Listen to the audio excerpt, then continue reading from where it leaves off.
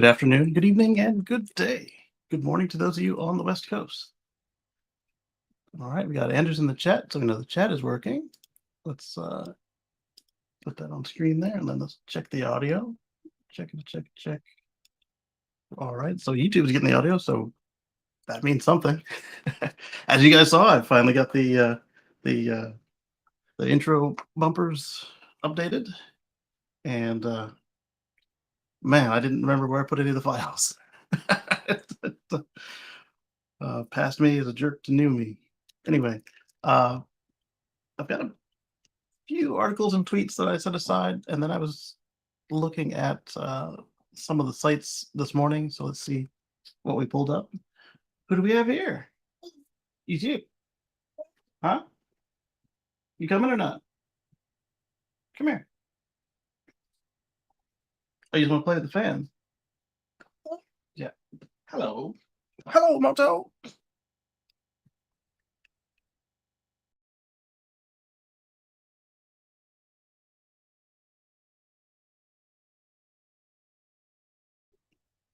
You want to say hello? You want to say hello? Yeah? There you go. Hello, little princess wave. Moto gave us her first sentence yesterday. Yeah. You did. She was in the car yesterday. She was drinking a bottle of milk, and she said, "I'm done," and she threw it at her mother's face. But it was her first sentence. Yeah. How was your day yesterday? It was. Mm. What did you do this morning? You didn't cook. You helped me with the solar panel. You did? Oh, no, not the glasses. Not the glasses. I need these. You said? The headphones? Yeah, you're wearing your own headphones. Yeah. Yeah, say hello to everybody. She's like, I already did that. Yeah. Saying hello again? Oh, isn't that cute? Oh, yeah. Oh. Down? Okay. Here. With you? No. Hmm? Down? Up? You want up? She doesn't differentiate. Down and up are the same thing. If she's up, then she says down. She wants down. She's down and she wants up. She says down. Down? Down? Okay. So her down means change elevation. And we're both Dada. But I'm also Papa. Her mom doesn't have a name. Just Dada. Like, all right. Okay, let's get started. So as I was saying, I was surfing the news sites to see what happened yesterday because for my birthday I got to drive for many hours, and that's what I was going to do. I was working with the video for the bumpers, and I was going to go out to the car and get a video of what happened while I was driving yesterday. I didn't do that because I ran out of time. So I'll describe what happened, and then at some point I'll get a video for it later. The car was driving FSD down the road, and there was some smuts in the road. It was taking up the whole of the lane. I was in the left lane, and there were people in the right lane. And like this whole trip, I don't know why everybody in North Carolina decided they wanted to just park right off my fenders where you couldn't maneuver in case of an emergency. It's just there, just holding it. Like, what is your problem, folks? Anyway, this person sees the lane is obstructed, and rather than do the right thing and make room for everybody, they held right there. And I'm running out of space. So what do? Car's still on FSD, and it's not reacting. I didn't expect it to, but sometimes it does. I yank the wheel left, and I ride towards. There's like I don't know if we were on the bridge or if we just passed one, but there was the bridge barrier, and then there was the grassy median. So I was veering center, which is not preferable. You should be veering right. Or if some numbskull's not in your lane, like right off your shoulders, you should be able to duck to the next lane at a moment's notice with one blink, and that was impossible for much of the trip. Um, Several other occasions I needed to move quickly, like people merging onto the highway, or a man just wandering on the shoulder randomly, and I needed to give him more room, and that wasn't an option because people, well, don't understand that you need space to maneuver, even if it's not your actual lane. Anyway, uh, because of that, I ducked to the median towards the bridge wall and the grass, and I crossed the yellow line, which isn't quite legal, but it's better than hitting this obstacle that was taking up the whole lane. And the car saw this, and it was so quick. It was a short, like depth. The depth of this obstacle was like less than a human, but the width of it was nearly the full lane. And so I ducked out and then ducked back over because the cars on the they have a pattern in the pavement on this area where like rumble strips to wake you up, and so I ducked out and then ducked back, and the car, I don't know what it thought was happening. I'm guessing it thought that the steering, there was an uncommanded steering event because immediately FSD dropped out, and I wanted FSD to drop out anyway by the fact that I was steering, but cruise control stayed on. Then I had a warning on the dash that said uh, some kind of error with the power steering assist system. Steering may be more difficult, blah, blah, blah. And it didn't turn off the power steering. It wasn't necessarily normal power steering. They said power steering reduced, but I didn't really feel that. But there were times where, like, if you hit a rut in the road, where it didn't feel like the car normally does. It felt like it was kind of just bouncing, trying to like stabilize itself or something. Hello, baby. Egypt. And so then, we were coming up on our supercharger stop. This was 45 minutes of manual driving that I didn't want to do because the car drives great on the highway. And as I'm pulling up to a stop to make the left to navigate on the surface streets to the last supercharger, the uh, the steering was I was able to do it with one finger, so the power steering was definitely not off. And I don't know if it was reduced or if that was just an error that they were just saying of it's not working correctly. Put it in park. When we got to the supercharger, that light stayed on, went into service mode, and we had 9 events. I might be able to help with that, though. Let's see. I should be able to. Stand by.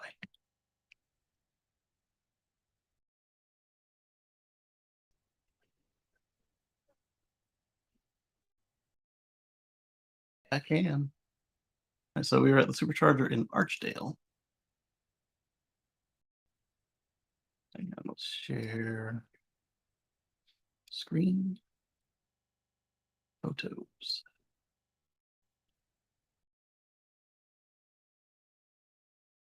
Anyway, so here we are at Archdale, and I've got these active alerts here. I didn't look this one up. The motor feed forward error. Let's look that one up now.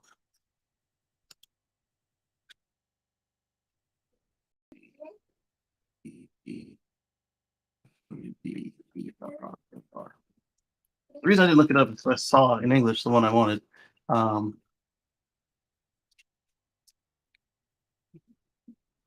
SPN on wrong account, Windows Server.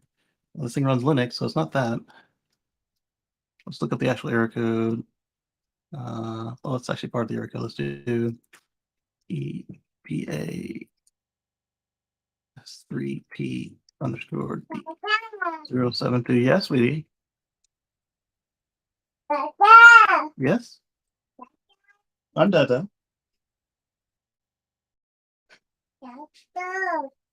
You want your headphones off? Okay, I'll hold them for you.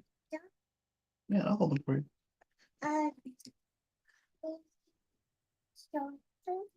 Shelter. Cigar. I don't understand. Can you say it another way? Mm.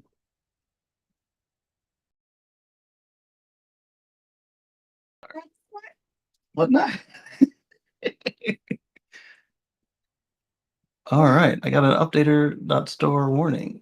What is this? Yeah. It's out? Oh, you want up?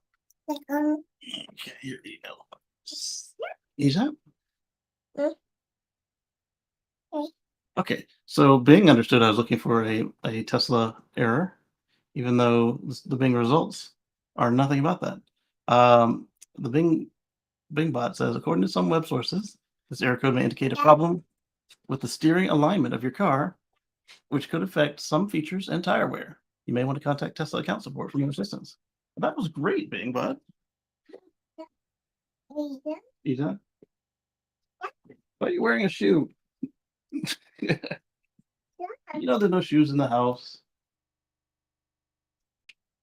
I had barefoot on my leg and then a shoe. I was like, what is this? Okay, so that is error one. Error two. That one I'm aware of. It comes and goes. It's radiator bypass valve. So my car isn't always able to push coolant around where it can avoid the radiator. As I told Tesla service, that's going to be fine for the summertime, but I'll want to come on through and fix it for the wintertime. The problem is that's a service center deal, so I'd just taken time off work in May to get the car serviced. To do it again in July or June, to do it again in July would have been frowned upon. Uh, DASMIA is the autopilot computer is just not there for some reason. And these are all after a reboot as well, because prior to this, everything was running real slow anyway. And like even my Bluetooth audio was stuttering because it was just the timing was messed up. The I think what caused it was at a previous stop, I put on Netflix for Moto, and well, right now with Intel MCUs and the media player apps, the video ones, it's not a pleasant experience. I don't know what they did with this build that the betas are on right now. Well, the 11.4. Whatever betas are on the MCU2s. All right. Refrigerant chiller low. That one has been plaguing this car since we got it. I don't know where the leak is. But thankfully, it's blowing cold right now, and that one wasn't there last time. Steering fault. That was the one that was alerting on my dashboard. Red fan self error. That one was new to me.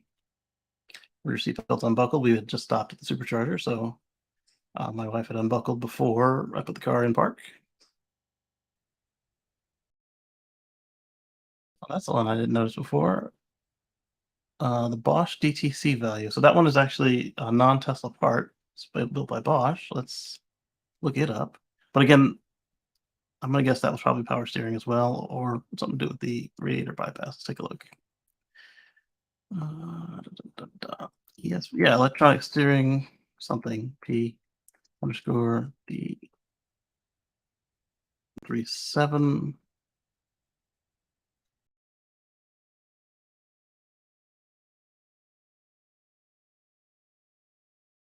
S mom grad. All right, electronic stability control. Yeah, the car totally thought that it did the sliding off the road rather than me steering it off the road.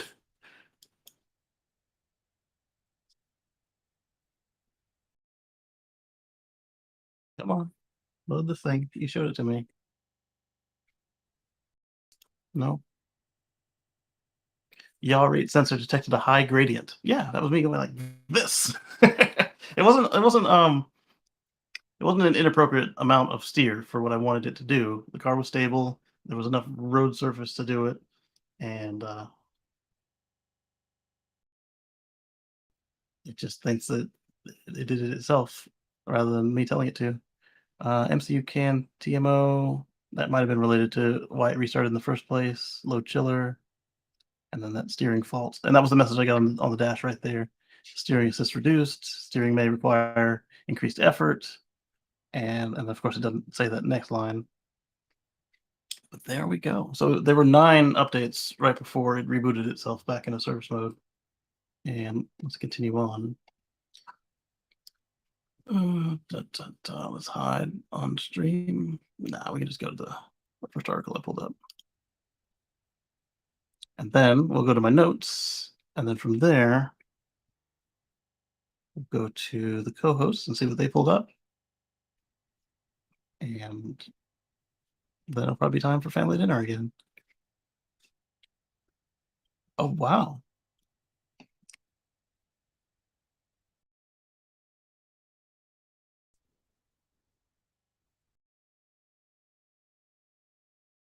Okay, you'll see what I'm looking at in just a moment. Let's start with the one that made me go, oh, wow. And then this other one here has a different conclusion than the other uh, site I was on.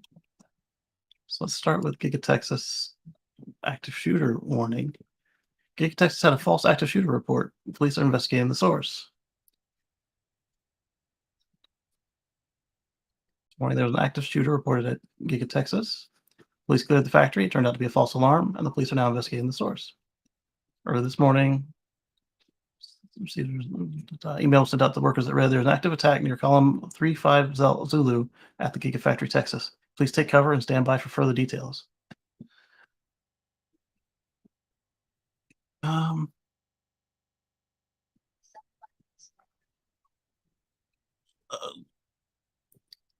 I'm hoping it wasn't just an email. I'm imagining that folks that are on the line, based on what I saw when Marquez went through and did the interview, and I swear this is why my car has the problems it does, because there was a black Model X rolling through, getting worked on, and the worker turned around to look at Elon and Marquez, and it was the exact same time that my car was supposed to be in the shop getting built. But anyway, that's neither here nor there. It didn't look like those people were able to just be checking out email casually. They're busy. Uh, so I would hope that this goes over a PA or flashes on some screen somewhere or something. If not, then they're going to need to look at some more methods of informing their crew. So anyway, police spokesperson, the authorities responded to the call at 5 a.m. and cleared the entire plant without any trace of a shooter, injury, or missing person. They declared it as a false alarm. That could have been a test or a distraction. I would kind of be ready for more of them, just in case, like they were looking for your response time or something. But yeah, you definitely want to look and see where it came from, because if you can find them, then the next step doesn't happen. Electric says, glad everyone's okay, but the source of the false alarm is a concern. Yep, that's exactly what I was saying, as well as the concern being that you alerted folks by email. I mean, definitely email as well, but I need more than that. It doesn't say that there wasn't more than that, but it didn't say that there was either. Let's see. Let's read the rest of their summary before we look at the comment. It was designed as an attack. If it was designed as an attack on Tesla, it sounds like it was a successful one, since the giant factory, which employs thousands of people, had to be cleared, halting production and likely costing Tesla millions of dollars. This is true, but I'm glad that nobody was hurt. That's on top of wasting the time of law enforcement. That's also true. You don't want to be a cries wolf situation. Hopefully, they can trace it back to find the source of the false alarm. It's reminiscent of Gigafactory Nevada having its own shooter scare, but in that case, the suspicion of wrongdoing behind that false alarm was on the side of Tesla. I'm talking about the strange case of Martin. Oh, yeah, that one. That one.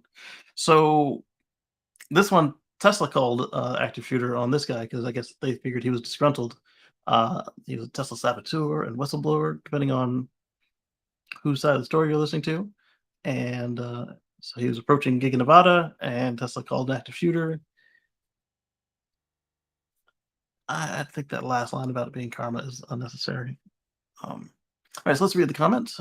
Police take those false alarms very seriously, as it deploys resources that could be used elsewhere, which in turn could end up costing the lives of people involved in an actual emergency. Yeah, like I was saying about a decoy. The person behind the call could be looking at very serious jail time. Yep.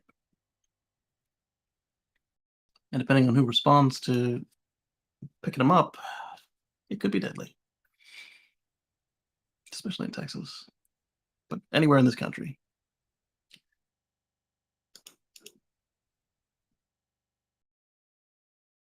lives of people working at risk if someone unknowingly bumbles around a corner carrying something suspicious. Yes, yes, it does. Our cops here, on the whole, are very skittish. I'm friends with law enforcement. I have law enforcement family, so I'm not saying, any of the just blanket statements, but there are too many of them that shoot first and ask questions later. Not my family, but some cops. No amount of training can prepare you for what's like in a serious situation. This is true. The only thing I'm saying there is that the standards are different for armed members and armed police, which is nearly all police in this country, and that's all I'm getting at there. Uh,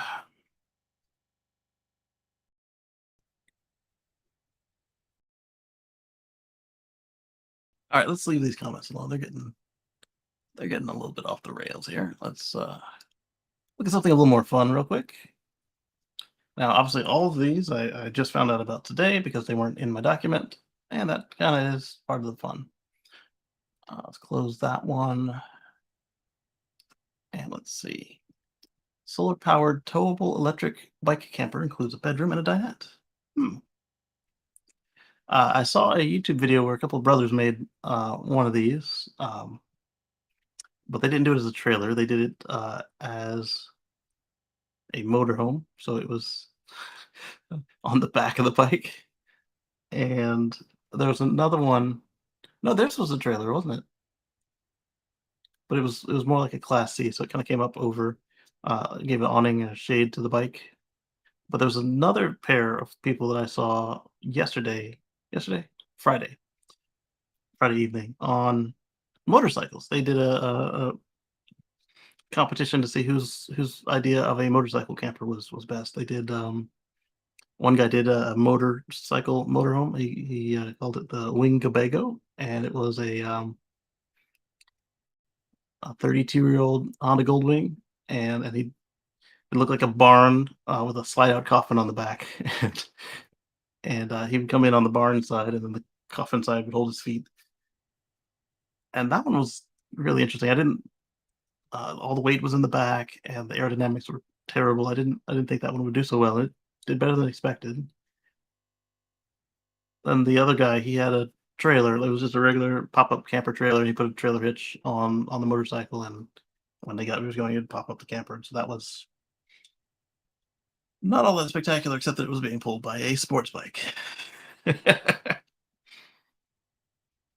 So let's look at this bicycle camper and see if this is a production or a one-off or what. Bike campers were once novelties, often thrown together as simple DIY affairs. But recent models are bringing a new level of quality and professionalism to these quirky trailers. The Finnish-designed Hoopy trailer is the latest offering to showcase a surprisingly high-end design. Let's take a look. Unlike teardrop bike campers, I'm guessing those are like teardrop car campers, but smaller, the Hoopy camper offers a trailer design for more headroom. Okay. But as small as it is, I would wonder if you can't just make a collapsible to give it less frontal area, and then when you get where you're going, you pop it up and pop in some blocks. Because on an e-bike, that would kill your battery, and on a pedal bike, ooh, that'd get you a workout. Isn't quite tall enough to stand up, but lets users sit at full height at a built-in mini desk right in the wall. A desk. All right, interesting. The desk and workstation are part of the dinette, which is directly across from the bedroom. They make it sound like it's got rooms, but I don't imagine you're walking around in there, or half the bedroom, as the folding bed collapses out of the way when not in use. When stars come out, the eyelids get heavy. The bed folds back out to take up the entire interior space. That's what I was thinking. Weighs 150 pounds. That's better than expected. Was designed to be pulled by an e-bike, not a typical pedal bike. So you're going to need extra batteries. It could be done by leg power alone, but uphill stretches are going to become a slow slog. Let's see. Optional electrical system can be installed on the RV. Consists of up to 250 watts of roof-mounted solar panels. Nice. onboard battery, and an inverter to power onboard electronics like interior, exterior lighting, and the micro fridge. Solar panels can also provide power to charge the e-bike's battery during stops. So if it's full, if the house battery is full, you can then charge your e-bike. I would also wonder if there's a provision on some of the bikes that would allow you to recharge while riding. I also don't know if any of the e-bikes have regen or recuperation. That would be really cool as well. All right, accessory list. Propane stove, portable grill, skylight for stargazing, and even a TV. Yeah, but the more options you have, the heavier it gets. Starting around 5,900 euros or 6,700 US dollars. If you don't have an e-bike to pull the trailer, the company's happy to sell you one of those as well, complete with a pre-installed tow hitch, of course. All right, so it's got 2 or 3 different size solar panels. That's not bad. Got a little ventilation. Let's see if we can't open these pictures up a little bit more.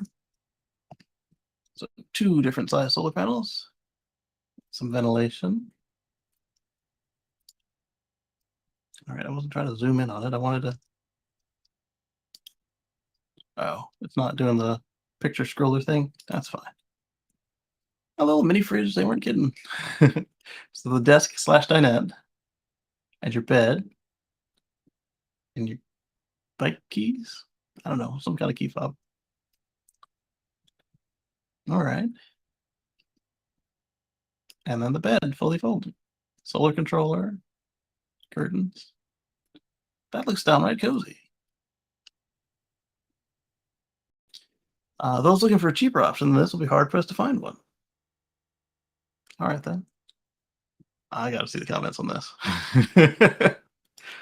Very cool. I wonder if it could be rigged to be pulled behind a small car with a low towing capacity. You would need high quality axles and wheels for that, though. It doesn't look ready for high mileage or high speed, but very cool. Going only to campgrounds and parks near your home. Traveling the back roads like Alvin Strait on his lawn tractor in the Strait story. Wonderful true story of an old dude going from Iowa to Wisconsin to see his ailing brother. Oh, that's kind of cute. Come on, if you need a camper, range is important, even on an e-bike. It's like towing a 150-pound sail. Yes. But what if, well, no, that would really suck on a bike. I have a powered trailer. But they could do a smaller version of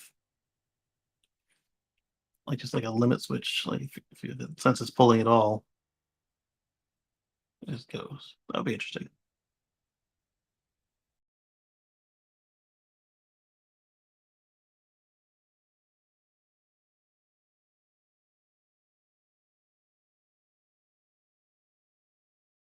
Oh, do it with a cargo bike. Yeah, that's true too.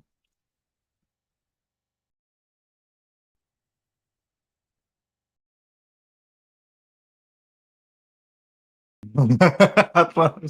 You're 50 miles out of town. And your e-bike battery is dead. You're out of luck, Buster.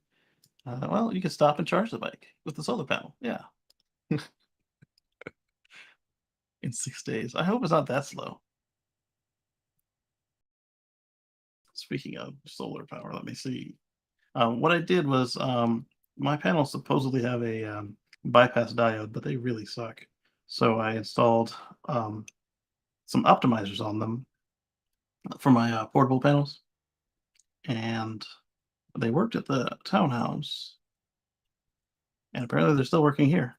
Getting 222 watts in, and 3 hours till full on that battery. And then the other battery is above the set point, so it's draining, powering the studio here. And then, of course, the 7 and change kilowatts on the roof are doing their thing. I was telling Patrick and Mark that my power bill was through the roof last month, and I went through the little bill explorer feature on the power company's website, and they pointed out that there were 25 plus days of 90-degree or more, 90 degrees Fahrenheit or more weather, and that might explain the astronomical bill. All right, so I'm going to skip this next one because, like I said, another site found a different summary for the same bit of news. And since we're on electric at the moment, there's going to be a little, I mean, there's bias everywhere, but based on the way the headline is written, I'm going to skip it for now. Tesla starts an email campaign for FSD transfer, demand trigger, rather than doing the right thing. See, there it is again. But as we saw last Sunday when we were talking with Tesla, at the time, they were going to loan you, out of the goodness of their hearts, FSD for the duration of your ownership of the new car if you did the FSD transfer, which was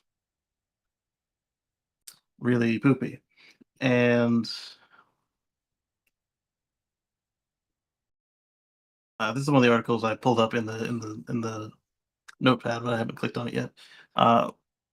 Monday or Tuesday, they realized that they were um, doing the wrong thing, and so what they did was they deleted the line about it being temporary on the new car. Like, so if you sell the new car, it's implying that that it's going to be like a normal FSD purchase at the time of purchase, where it transfers with the car, assuming that your customer isn't Tesla Inc. Like if it's a dealership or a private party, but really they're only guaranteeing private party that the FSD would stay. And I'm wondering what kind of dealership would trigger a removal, because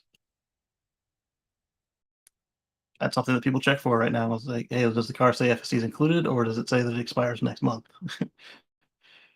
And so basically, the way that they were doing it when we were talking with the rep there on Tesla Chat, they really want me to sell my Model X now. They want me to do it by the end of the quarter. Um, the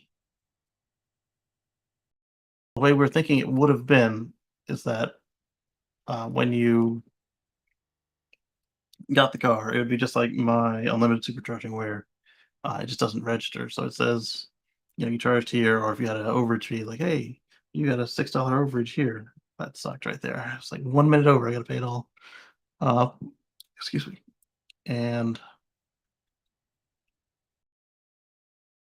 so what would happen is it says, expires, renews next month for X amount of dollars. And then in the case of these transfers, it would have just said null, and it would just kept renewing until they realized you didn't have the car anymore, and then it would have been as if the car never had FSD. But it sounds like now what they're going to do is just put it on the build sheet like they do with a normal purchase, and you'll be able to keep it. That's not what another rep told a different customer who's actually partway through the process, and we won't really know for sure until somebody who has the new contract goes to sell their car to somebody that is not Tesla, to see what happens. But as of last Sunday, this is kind of, I kind of agree with the sentiment that Fred's got here in the headline. However, allegedly that's been fixed. All right, so Tesla sent a new email campaign. I did get this email. I haven't opened it yet. It's sitting right there in my inbox. A new email campaign to encourage Tesla owners with full self-driving to upgrade to a new car and transfer the FSD package. The terms of the transfer and email campaign make it clear that what CEO Musk presented as an offer of amnesty is nothing more than Tesla pulling a demand lever to boost sales. Elon Musk once said that Tesla would always strive to do the right thing. Yeah, he said that before. We will always try to do the right thing at Tesla. We really care about that. When we make mistakes, it's just because we're being foolish or stupid or whatever. Usually. Let me find my email real quick, and let's load it up.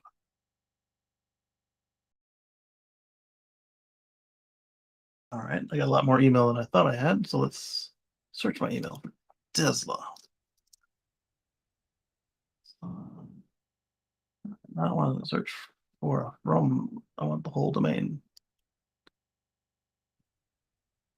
Oh, it was the day before yesterday. Oh. I was going to share it on screen, but they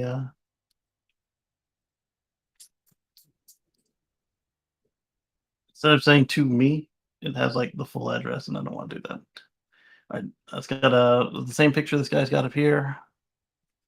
Buy a new Tesla, keep your FSD capability. You can now transfer full self-driving capability from your current vehicle to any new vehicle purchase when you take delivery by September 30th, which, as we found out last week, was not quite what Elon promised on the call. He said something to the effect of, um, order it this quarter and pick it up within a reasonable time frame. And apparently, the company's idea of a reasonable time frame is by the end of the quarter. So, not quite what he promised. All right, so order now button and a trade in button with the Tesla, their address and a little bit of this is promotion material for Tesla Inc. Blah blah blah blah blah. Yeah. So, oh, there was another email the day before. Power your AC with the sun. Guilt-free AC all summer long. Yeah, I have that, but apparently I need more of that based on my electric bill. And then they sent me a survey for that chat last week. They sent that one, I think, the day after, 2 days after. It was no, it wasn't the day after. It was on the 26th, and the show was what, the 27th? What? No, 7 days ago.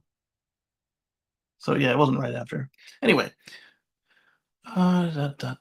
when he announced last week that Tesla would allow the transfer of the package to a new vehicle, we thought for a second that Tesla would finally be doing the right thing in the situation. Yes, it's a question we get asked a lot, so we're excited to announce that for Q3, we'll be allowing transfer of FSD. But it quickly started sounding more like a demand trigger than anything to do the right thing. Musk quickly followed up a statement by making it clear this is a one-time offer that will end by the end of the quarter. It's a one-time amnesty, so you need to take advantage of this in Q3, or at least place the order in Q3 within a reasonable delivery timeframes. So that part right there just went straight out the window. This is what I was saying last week about how the company doesn't always do what he says, and that's annoying.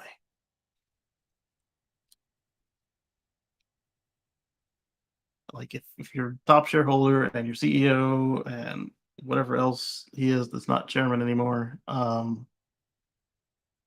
if he says something reasonable and you guys just can't comply, that's just ridiculous.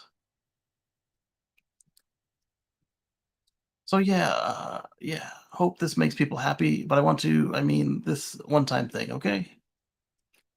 And even if it was like a one-time deal and they were trying to do the right thing rather than just sell more cars, they would have given you more time to deal with it. Not everybody who has FSD could jump on a new car right away. Right here. And then on top of that, where you couldn't take advantage of any sales or promotions they had running at the time either. So as we talked about with the rep, the 3 years of supercharging that comes by default with an S or an X, couldn't get that.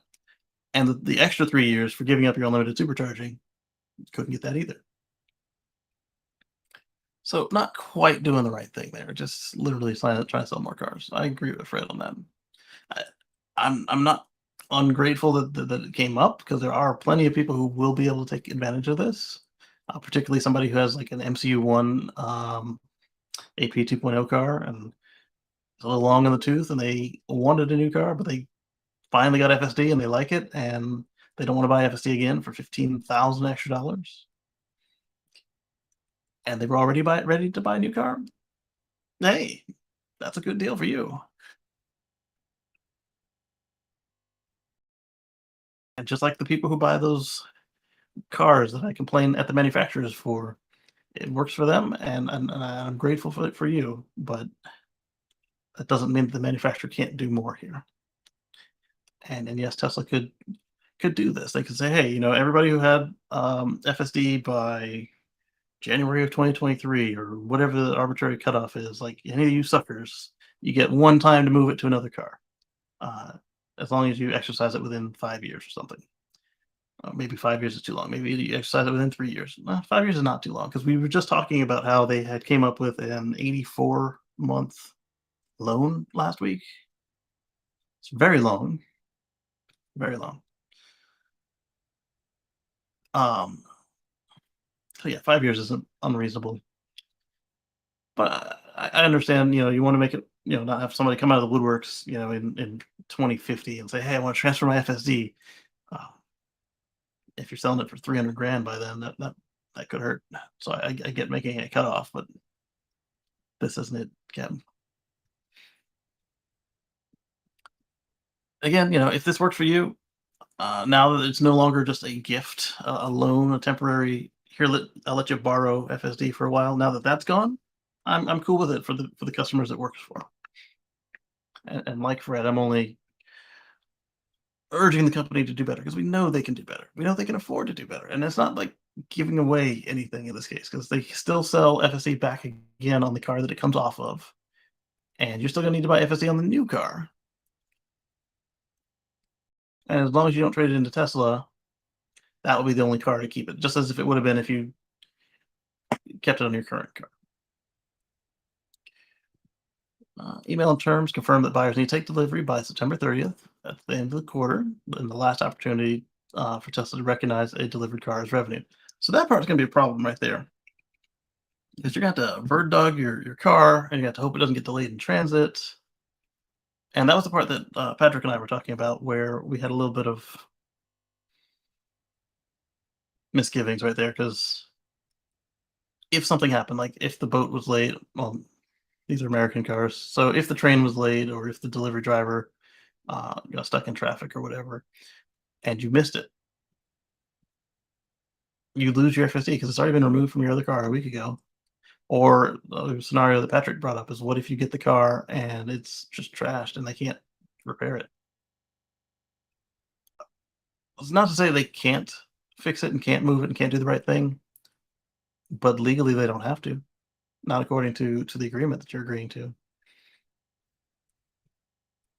So that was the part that gave us caution for somebody like him taking it, because his car is older than mine and Mark's. Not that Mark and I wouldn't want to take advantage of it, but our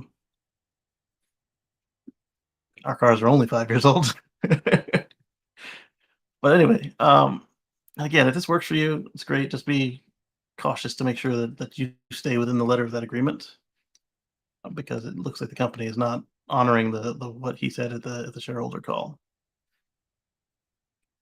Here are the current eligibility terms. Have your vehicle delivered between July 20th and September 30th. Have your new vehicle configured with FSD. Be the legal owner and registrant of the current vehicle with full self-drive. Purchased outright, so you can't have it on rental.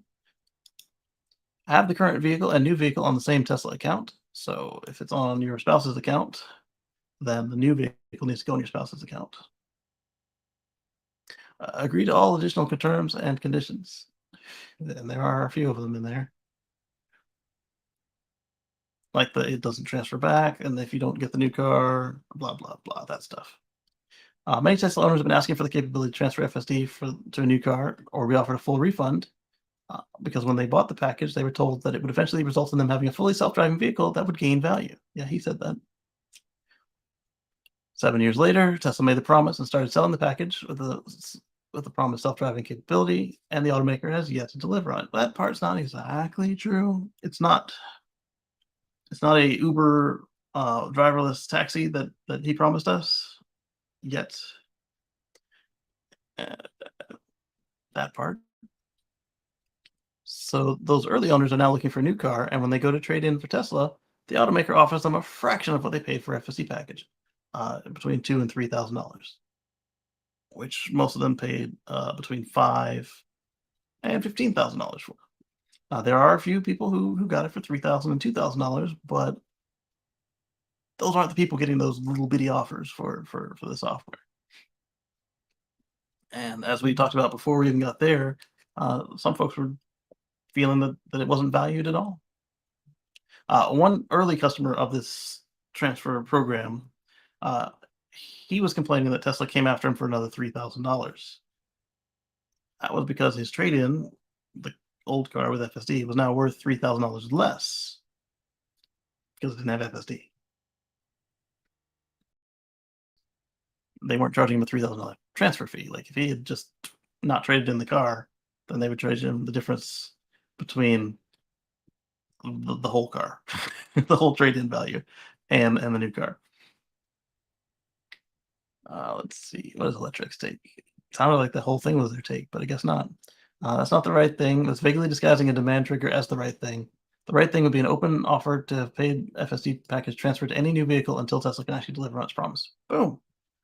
And even if it is that this year, as the boy who cried FSD said on the same call, he said, "I know I'm being the boy who cried FSD, but it's going to happen this year." I'm not holding my breath. I mean, I hope it is, but not holding my breath. What we have now is nice. It's not fully there yet, but it's nice.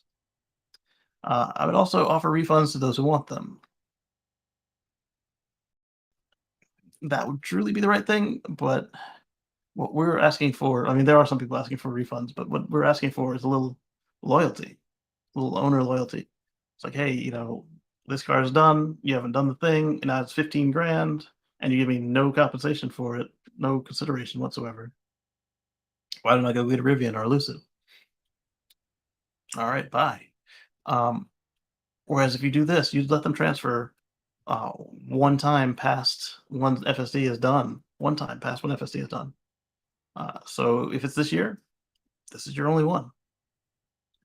If it's two more cars before it's allowed to be a robotaxi, that's fine too. Because now, what are you going to do? You're like, FSD costs 50 grand this year. Do I want to buy a Ford or do I want to get my free 50 grand in the new car? It kind of locks you into Tesla. That's smart marketing right there. Let's see. But yeah, just refunding the people who are asking for it would be the truly, truly right thing. Let's see. But in its current form, with the deadline to end of the quarter, especially when Elon said, with a reasonable blah, blah, blah, and they decided that reasonable was end of the quarter, this is just like any other Tesla end of the quarter incentive. It's a demand trigger. Tesla's not trying to do the right thing with this move. They're just trying to sell more cars. Yes. You can't sell a product and not deliver it and buy back customers for a fraction of what they paid. That's not the right thing. Other electronic companies have done it, and that's why they always tell you don't buy a computer or a camera or a phone or a tablet or uh, anything, any electronics. Don't buy them for something that they say is coming in the future sometime, or you might be disappointed. There have been some exceptions to that, like hey, coming on, you know, next Saturday, and you can go ahead and buy it today. That's fine. They can still mess you up with that too. They can go out of business before next Saturday.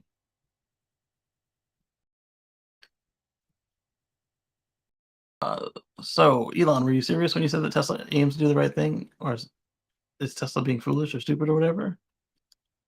I'd say they're clearly not listening to him again. We've had this numerous times where he says something easy for them to comply with, and they do something kind of close, but not quite what he said. All right, let's see what this comment is. Recently sold my 18 Model 3 to Carvana, and the lack of transferability is the reason I didn't even look at a new Tesla to replace it. Paying an additional 15 grand just to maintain functionality made no sense, especially considering the software is not even finished.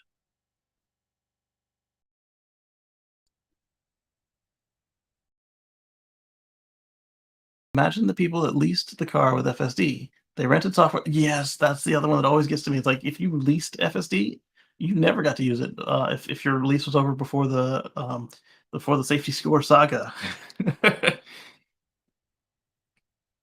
they rented software that didn't even work and can't transfer it to a new leased car.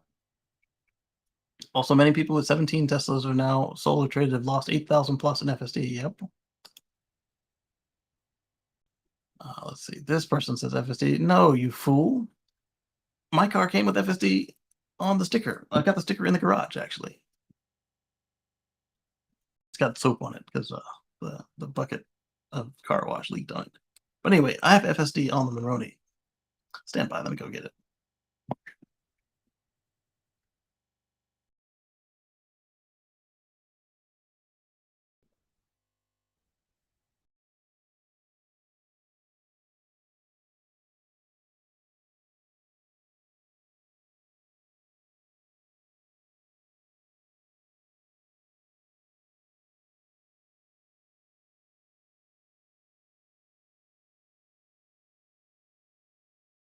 Yeah, I did that. Right. Okay.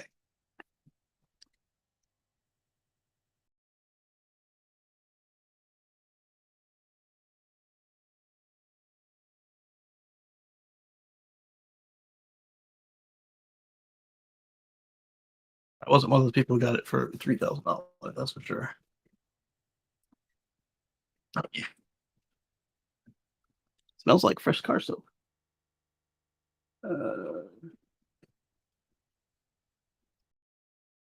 Anyway, we got ultra high fidelity sound included, full self-driving capability, and enhanced autopilot, because you couldn't get them separate at the time. Or you couldn't get them together at the time. There was a while they were all selling together, and today they're still together. If you buy all of it, it's $15,000. If you buy just enhanced autopilot, it's $6,500. So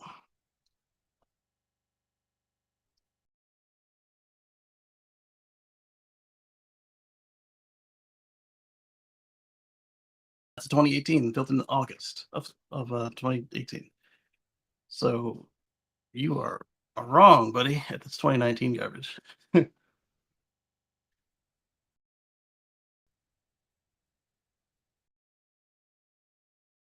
Yep.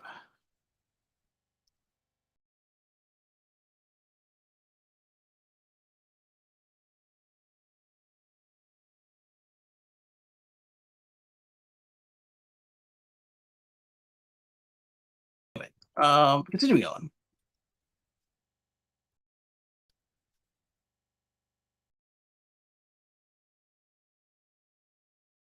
Tesla finalized V12 the past year and was offering this deal to people with older cars that paid for FSD years ago. This offer would make sense.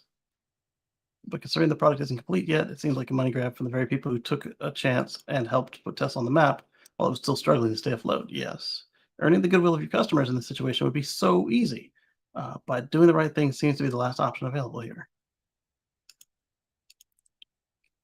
They press the download button and 15,000 goes straight to the bottom line. But of course, it's definitely going to be level 4 or 5 by year's end. Again, shareholders don't see a problem with this scheme. I'm not saying it's a scam. I'm just saying that they're not treating the loyal customers like customers. They're treating them like beggars. And it's not like, hey, you bought an apple, here's the apple. It's like, hey, here's a down payment on an apple. We'll get it to you sometime. Oh, it's been 7 years and you want to buy a new car with an apple holder? With an apple in the okay, let's use the bug, the bug. You got a car with a vase, and we're gonna give you flowers to go in the vase at some point? Yeah. Oh, 7 years? And you ready for a new car, but we still don't have the flowers to go in the vase? Yeah. That's the problem there.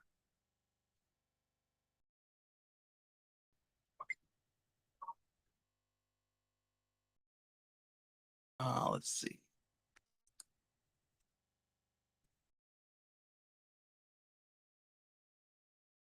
Well, that's enough of that. Let's move on before I get mad. The New York Times attacks e-bikes while ignoring the real danger all around us. So this one I wanted to see what they were talking about. Uh, we know that there have been a couple stories about uh, e-bikes in New York catching fire. The New York Times lays the onus on the e-bikes instead of on things killing their riders, the cars. Okay, yep. And so it's not just the bikes. Although the bikes should be following the rules of the road, cars should be checking their mirrors and not running through the bikers.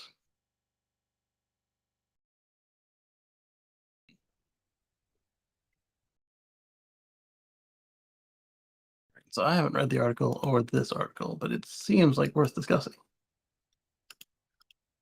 Cover the car fires. New York Times cover the car fires. The gas ones. I agree, Bennett. Like, where are they at with this? All right, so this is the link to the Electrek article, and they should have a link to the New York Times article. All right, watch out. Ford F-150 Lightning Pro SSV electric police trucks are hitting the U.S. streets. So now you have yet another headlight pattern to be looking out for in your rearview mirror in the States here. But it's good that they are running electric now. It's got enough room for the officer with their tool belts and their gun belts and uh, whatever utilities they need to carry. And if they make them into a cruiser, then you can put a person in the back of the vinyl seat and the partition. Let's see, special service vehicles. built-in intrusion plates in the front seat bags, reinforced instrument panel to handle police equipment, available blue and red and amber and white LED warning lights mounted on the roof. Amber and white. These tow trucks? No, those are just amber and amber. What's amber and white?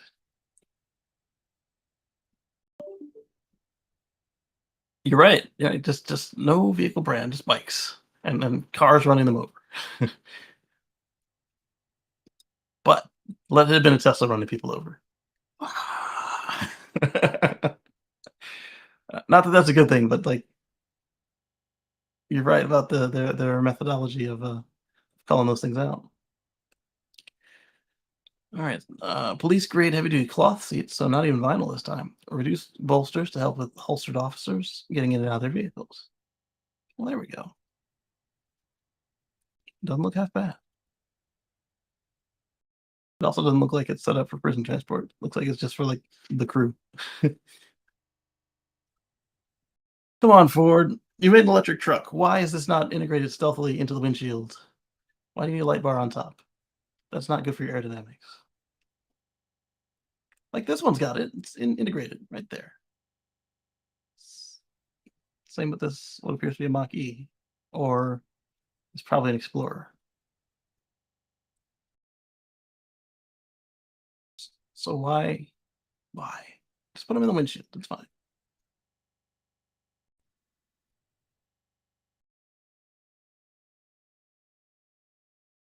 Remember when police used cars, then SUVs because of reasons? Now trucks? Why?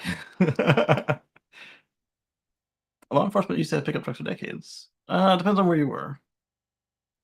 They're used in yep, exactly, rural areas and in patrol routes with unpaved roads or even off-road off-road use. Forest rangers use them all the time. Yep. FBI uses them. FBI typically uses cars, but they had trucks. Yeah. Homeland Security uses them, especially at the Border Patrol. Yep, same. There you go. Speaking reasonably. The electric, no gas. Have room for all the electronics and partner in front. Yeah, they don't ride with partners anymore. Not in most places.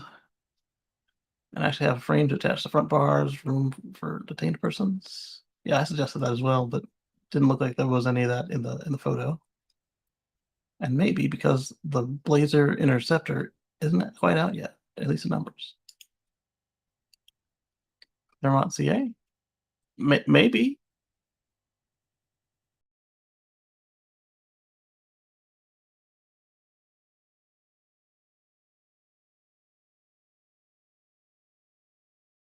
Not sure. All right, so we don't need my photo errors anymore. All right, so we talked about a way for Tesla to get around these states that are trying to squeeze them out and how they started switching to, they've got at least 2 or 3 service and sales centers on tribal lands now. The one in Connecticut is worrying traditional dealers. Maybe you shouldn't have bought a politician and tried to force your middleman status on us. Police cars in Sweden with amber lights. So, do a lot of your police use pickup trucks, or is that the same as us, where it's like rural, or it's the police officer that pulls the rescue dive boat, or are they just saying that all of their SSVs can have amber lights? And I imagine that as the world switches to SUVs, has your local police force switched to SUVs as well from sedans and wagons?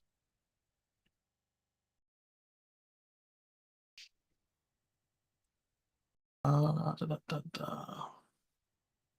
what we talked about last week for the elite number of cars. So days after Tesla announced its first sales and delivery center in Connecticut, traditional OEM dealers are raising alarm bells. Similar to state laws in New Mexico, Connecticut requires automakers to sell vehicles through dealerships. However, Tesla's found a loophole by building their sales and delivery center on Mohican tribe land, which is not subject to state law because it's a unique nation. The Volvo CX-90 at most. Okay, so they have also switched to SUVs. And the CX-90 is not a ridiculously large vehicle like some of them. So maybe not necessarily the pickup truck, but I imagine that they might buy some, like I said, if they pull the boat or something. I don't know, whatever you guys would actually need a true pickup truck for. The vans and SUVs are preferable to a pickup truck in Europe. Per News 8, the co-chairman of the Hoffman Auto Group, Bradley Hoffman, the dealer's issues with Tesla are with Tesla and not the Mohegan Sun. I mean, that would be quite a stance to have a problem with the tribe. So, of course, he's not going to say that. One issue is with Tesla, and then frankly, evading the law in Connecticut. Well, you're not in Connecticut, Bo. Kick rocks. According to Hoffman, he worries that Tesla consumers in Connecticut will lack the dealer support that has come to expect in their state. Oh no, heavens of Murgatroyd! However, no data supports that claim, as Tesla owners go to any of the surrounding service centers or have over-the-air updates to service their vehicle. I mean, I am tired of these dealer groups just clutching their pearls about, oh, we're so important. It's the customer experience. They've come to know and expect us, and they love us, and blah blah blah, all that BS. If it were true, you wouldn't have needed to make that stupid cartoon all those years ago.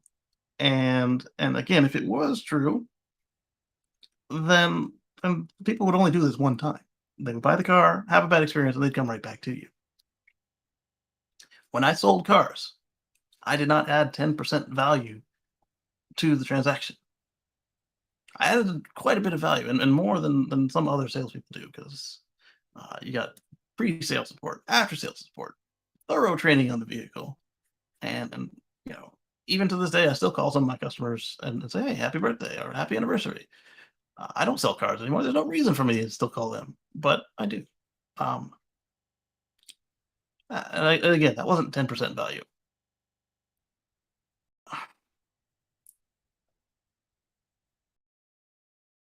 No, it's just like with cell phones or let's use Apple because they've got a whole bunch of that stuff. You got your cell phone, your laptop, your tablet.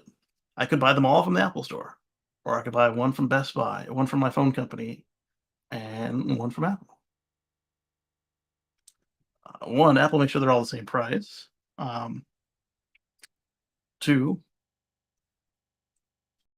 I get the same warranty and support. And three, like if Best Buy wants to offer warranty where uh, instead of getting the Apple Care, I can just get the Best Buy Care or whatever they call it, where I break the screen, I just bring it back to them, and they give me another one on the spot. That adds value right there. But I'm not forced to go buy it from Best Buy. I'm not forced to buy it from my phone company. He says, rocking an Android phone, talking to you all from an Apple laptop. Casino guests can look and buy Teslas in the showroom as part of the deal with Mohegan. While deliveries will happen at nearby, I put my headphones on. I put the phone right on top of the headphones cable, and I'm hearing static. um, while vehicle deliveries will happen at the nearby Sky Valet. Sky Valet also offers test drives to casino guests. Furthermore, Tesla will also accept momentum dollars, the Mohegan Sun's in-casino currency. Oh wow, that's kind of cool to purchase vehicles. Tesla also confirmed that they will be offering technician training to tribal members and casino workers who are interested in joining the company. Well, there we go. Dan says, I've only had 2 dealerships be respectable in a car search before. And I'm not saying all dealers are bad, but we don't need a middleman for this. It's not a gun or drugs. I mean, those are places where we have and expect middlemen, and even they don't really require it either, other than compliance. But for the guns, with this country, we don't. There's ways around having to use a dealer and still be legal. The medicine's a different situation. Just because they want somebody who is knowledgeable, make sure they're not expired, make sure that the dose is right, that sort of thing.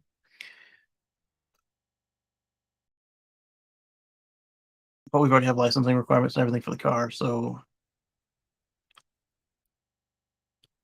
the idea that you need to go to a place and give an extra percentage for a lot of times no extra value and a lot of times more extra stress for no reason. And let me talk to my manager is true. Like a lot of times, depending on what store you're at, you're not empowered to make certain decisions. let me go talk to the manager and ask if what you're asking for can be done. I know it can be done, but let me see if they'll do it. That sort of thing. Or sometimes the customer will tell me something ridiculous. I'm like, no, they're not going to do that. Why'd you go ask him anyway? Fine, let's go see. He laughed at you, sir. You couldn't ever tell them that. But, oh yeah, yeah. He thought that was very funny, sir. We're not going to do that. Oh, I had one of that happen. I was like, oh, yeah, I'm not going to tell them that. So yeah, the idea that you have to use a dealer is just no. And then for them to get their knickers in a twist because they followed the law by not using your stupid state. Well, if you wanted any part of that tax money, in fact, that's the other part of it that's stupid. They shouldn't be able to get that tax money if they didn't let you sell the car. But anyway, let's continue on before I stick my foot in my mouth because we are on LinkedIn as well. Rivian's Enduro motors come with a shorter warranty for the dual motor R1S and R1T. So as I was clicking into this, I was like, man, all these companies are just screwing people left and right with this new um, economic situation because we had the Silverado EV came in at double, triple the price that they told us it was going to come in at, and we had Tesla with their one-time transfer amnesty. Got Rivian reducing your warranty on the dual motors. That was my thought. Let's read into it and see what it actually says. Da, da, da. Achievement came with a price, a shorter warranty on dual motor versions of R1T and R1S.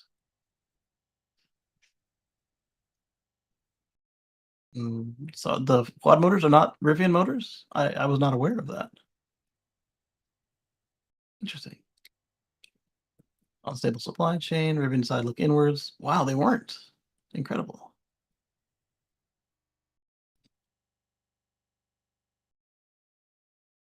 Don't Lucid and Tesla have their own motors? I don't. I would understand Ford not having their own motors, but I think they do.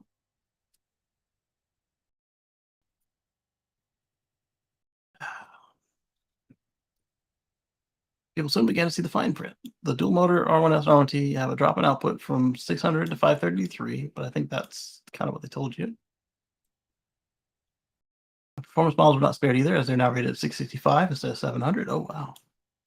It's been suggested that Rivian took the step to improve the durability while gathering reliability data. Ask the Mustang Mach-E GTs about that. Allegedly, they're getting rid of the 5-second pull limit. Allegedly. Hadn't happened yet. It's probably reflected in the warranty. Rivian now offers on the new motor. Information on the website reveals the dual motor versions with the Enduro motor have 4 years and 50,000 miles. Wow, wow, that's worse than a gas car. A gas car is 5 years, 60 for most, and like Hyundai and a couple others just go way out there because they can, at least for the first owner. Compared to 5 years, 60,000 miles for the quad variant. So that one's not even that great either. Wow. I've been spoiled by Tesla and Chevrolet and the others with their 8 years, 100,000 miles because California requires it. 8 years, 100,000 is the minimum, and then for the 2 cars that I got, Tesla went above and beyond at 8 years, unlimited miles. Wow, that's a downer. Interestingly, the battery warranty takes a hit too, dropping from 8 years, 150,000 miles to 8 years, 150,000 miles against 8 years, 175,000 miles. Huh. So the fact that those are still 8 suggests that that's what California was requiring, was the battery. But everybody else was doing motors and battery. To the point where I didn't even think to look for this. I'm going to have to look for this going forward. However, the drive unit's warranty remains at 8 years, 175,000 miles for the EVs with the Enduro motor. What?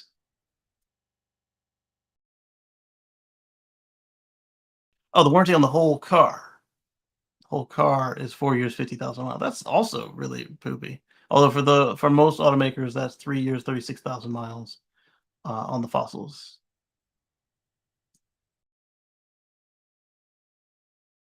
Okay, that was written poorly. So the 4 years, 50, and the 5 years, 60 is the whole car.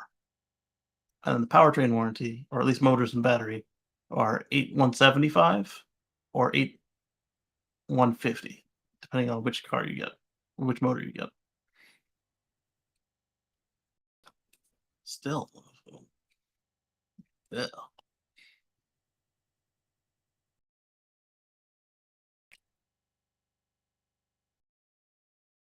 Read the fine print. I was never actually buying a Rivian, so I didn't know the warranty was like that. A Maryland man who rammed a Tesla is convicted of attempted murder. Say more. Washington County jury has found a pickup driver that repeatedly rammed into a Tesla guilty. The Tesla was occupied by a local real estate agent. James Russell Anderson was convicted of second-degree attempted murder for driving his Ford F-350. That's quite a large vehicle into the Tesla. What Tesla was it? A Model 3? The 48-year-old faces the possibility of 40 years in prison. However, he was acquitted of attempted first-degree murder, which could have fetched him life in prison. But he was convicted of first-degree assault, resulting from the first two occupants in the Tesla.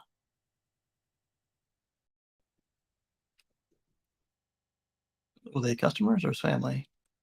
On March 1st, 2022, a farm property that real estate agent Cynthia Sullivan was inspecting for sale. However, there was a problem with one of the tenants on the property because of an eviction notice. The tenant reportedly screamed at Cynthia Sullivan, the landlady. Okay, so that was the passenger and the driver. Meanwhile, the tenant's friend and neighbor, Rebecca Ann Finkelman, was also at the scene. Finkelman is Anderson's girlfriend and lives across the street. The scene soon descended into chaos, involving calling 911. However, Finkelman later called Anderson on the phone asking for help. Anderson showed up in his Ford pickup and rammed into Sullivan's Tesla 5 times while she was behind the wheel. Eyewitnesses claimed Anderson drove over the hood and windscreen. Oh, man. I'm still thinking this is a Model 3. Why is just because it's smaller than the Model S and X. And if you could do that to the Model X, then you've got what my wife calls a jungle truck. Eyewitnesses claimed he drove over the hood and windscreen. Sullivan claimed at the trial that she had back and neck pain from the incident. Of course. Sullivan's Tesla was totaled, and Anderson remains in jail as he awaits sentencing. Violence is not the answer, folks.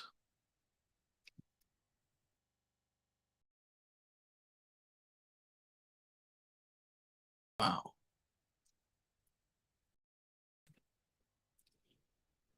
All right, so here's the other article that I didn't read on electric, just for a little less. I guess on this I trust these guys.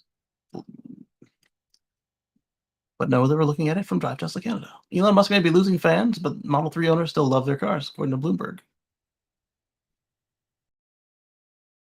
5 years ago, Tesla launched the Model 3. When Bloomberg repeated a survey of Model 3 owners, the results differed from half a decade ago. Elon Musk has lost fans, but the Model 3 still commands the love of its owners. Yeah, I mean, the man's been saying some stuff, and his filter seems to be gone. Not that he had much to begin with, but it appears to all be gone now. I agree still with some of the stuff he says, but a lot of the stuff he says, like, whoa, buddy, can you not? But I love the car. It's a great car. And people are like, hey, do you know what that car says about you? It says I enjoy electric cars that are of a certain build quality. What's your problem? You love Elon, not necessarily. I don't hate him, but man, like I said, I do wish he wouldn't say certain things. But I would agree with that. Yeah, the car hasn't gotten worse. The car has gotten better. The same car, like my car, is better than when I bought it. And then of course the new ones are better than mine because they have hardware revisions that are learned from the mistakes on mine. Let's see. Reveal the majority of Tesla had delivered a death nail to the traditional internal combustion engine. Consensus was Musk deserved the accolades for pulling it off. It's like he always says, there's a team behind it, but he was there. Musk has since become the wealthiest person alive, sometimes by a wide margin. Yeah. This also further solidified his personality by using and ultimately buying Twitter, now known as X. Unsurprisingly, when Bloomberg reran the poll, much of the attention went to the CEO. According to the survey, Model 3 owners have changed their minds about the adoration of Musk. Yep. The question on his approval experienced the deepest change in opinion out of more than 130 poll questions. The ones based on Musk's Twitter acquisition and potentially problematic tweets scored the lowest. All right, let's see. A Musk performance review. Elon Musk is the person to be leading Tesla right now. It seems 50-50 with the neutrals and or 45 and change. With the neutrals and negatives versus the positives. I trust Elon to make the right decisions for his companies.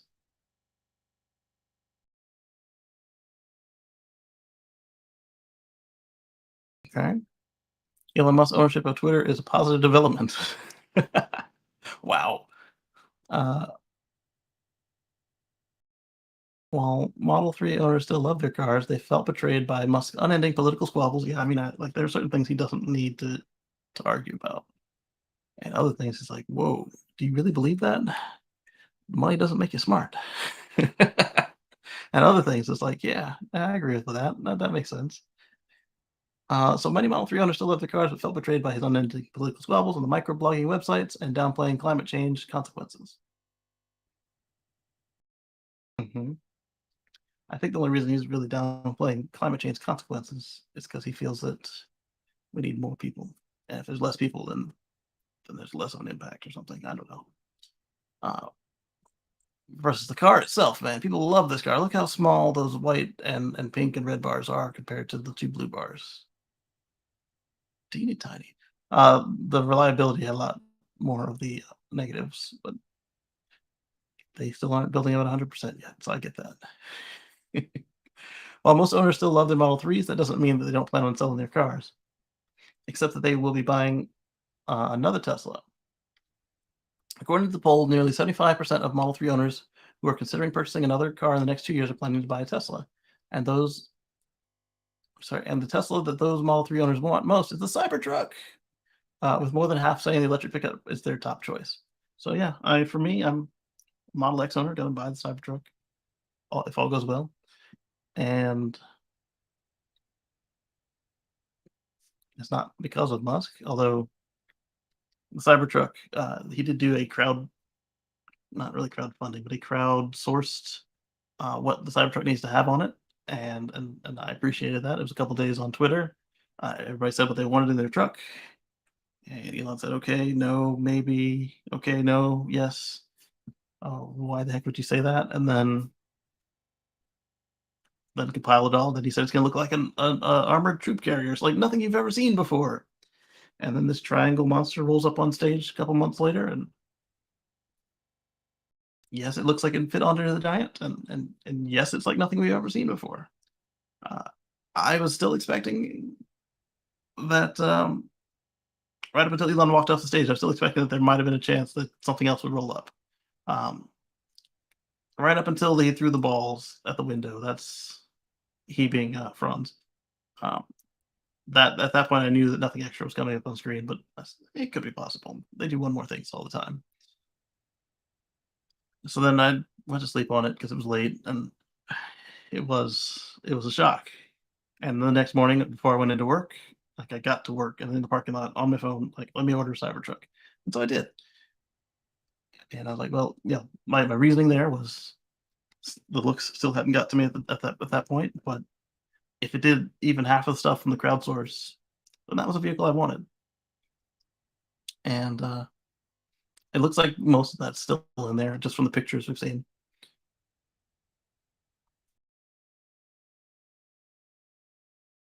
All right, so now let's switch to the other interpretation of these data. Electrek says disapproval of Musk is the top reason owners are selling, survey says. Like I said, it was a completely different conclusion. Um, so the Electrek reading showed us that 75% would buy again, and that more and more of them didn't approve of what Musk was doing. So this might not be inaccurate, but it is steering the conversation a certain way.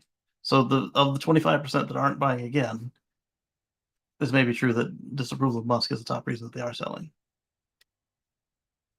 All right, let's continue on.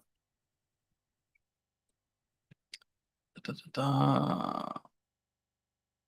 Since Musk acquired Twitter, he started to voice his political and social views more frequently, as well as share controversial conspiracy theories. I think that's the part that most of us are annoyed with. Not so much the politics, although the politics are pretty bad um, and inconsistent. Like the conspiracy theories, it's like, dude, you claim to be an engineer and science based, and like you say that.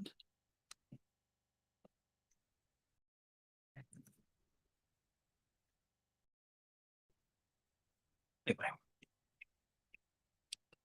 Musk has dismissed this concern and claimed to be more popular than ever based on his Twitter following count. Yes, that's the actual argument he used, and yes, he did say that. It's like, all right, buddy. To his defense, there have only been a limited amount of data supporting the view that his behavior has negatively affected Tesla until now. It still really hasn't visibly done anything to the company, at least as far as sales. They're still selling everything they make, and Bernie and Warren have pretty much stepped off of him, except for whatever Warren did with the SEC, calling for an investigation or something. Let's see.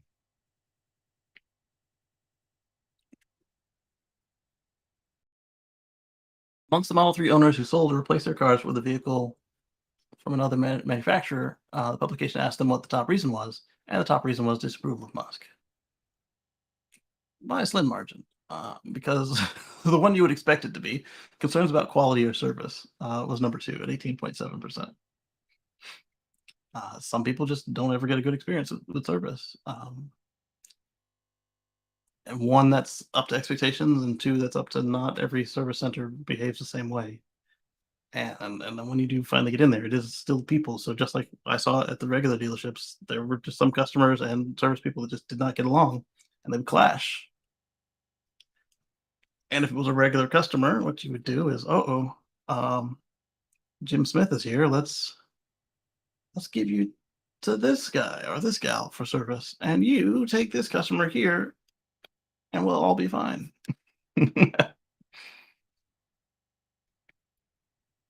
Also too high, yeah.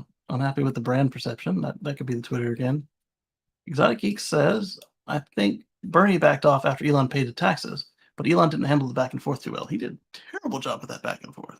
And I get where he was going with not going for any of the loopholes with the taxes, but man, did he generate extra tax when he did that as well. Like he could have handled that better while still saying, look, see. I get not taking any loopholes, but he it's like, here's an extra 3 billion just for the heck of it. Just let me just pay some more taxes. The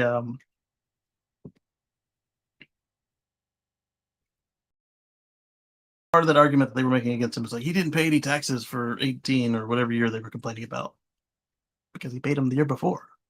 And then this is what I'm saying. Musk is kind of a complicated guy. I don't hate him. I do not like some of the stuff he says, but I don't like the stuff that some of the stuff that a lot of people say.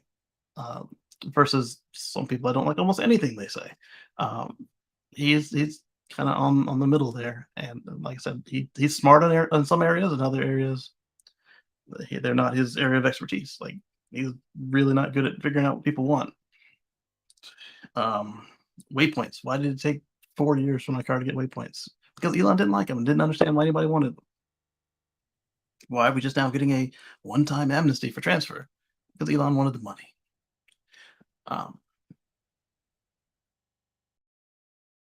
A lot of people complaining about population. They're like, hey, we have too many people. And Elon's like, hey, make more babies. That's a matter of opinion, but some of the stuff he says is like, whoa. I think he handled the World Food Program debate about how much percentage of his wealth could cure hunger.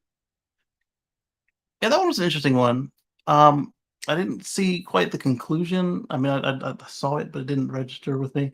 but they're like, "Hey, blah blah blah," and he's like, "Here, show me what you'll do." And then I thought that was kind of cool. And then last I heard, they did say what they would do, and he said, "I'll look at it." And then I know it continued on from there, but I did not track where the rest of it went. You think he handled it well? Okay, yeah. I mean, from what I saw, that one went smoothly. And there are other cases where they don't go smoothly, like the guy who was complaining about the shrimp and the party, and Elon said, "Get out of my get out of my party. Here's your money back for the car." This was shortly after the Model X launched. He was at the Model X launch party, and the guy was complaining about running out of snacks or whatever. And Elon's like, "Get out, and here's your money back. It's $10,000, $5,000, whatever the order fee was for a signature." So I guess it would have been 50,000, but I mean, that one I get. I would have handled it differently, but I get that one. And then there are other cases where it's like, "Whoa, dude, whoa, that's not right." Um, like like the lady who said he tried to buy him a pony, like, he's like, "Describe it." Like, "Whoa, buddy, don't have her describe it. You should let your lawyers handle that one."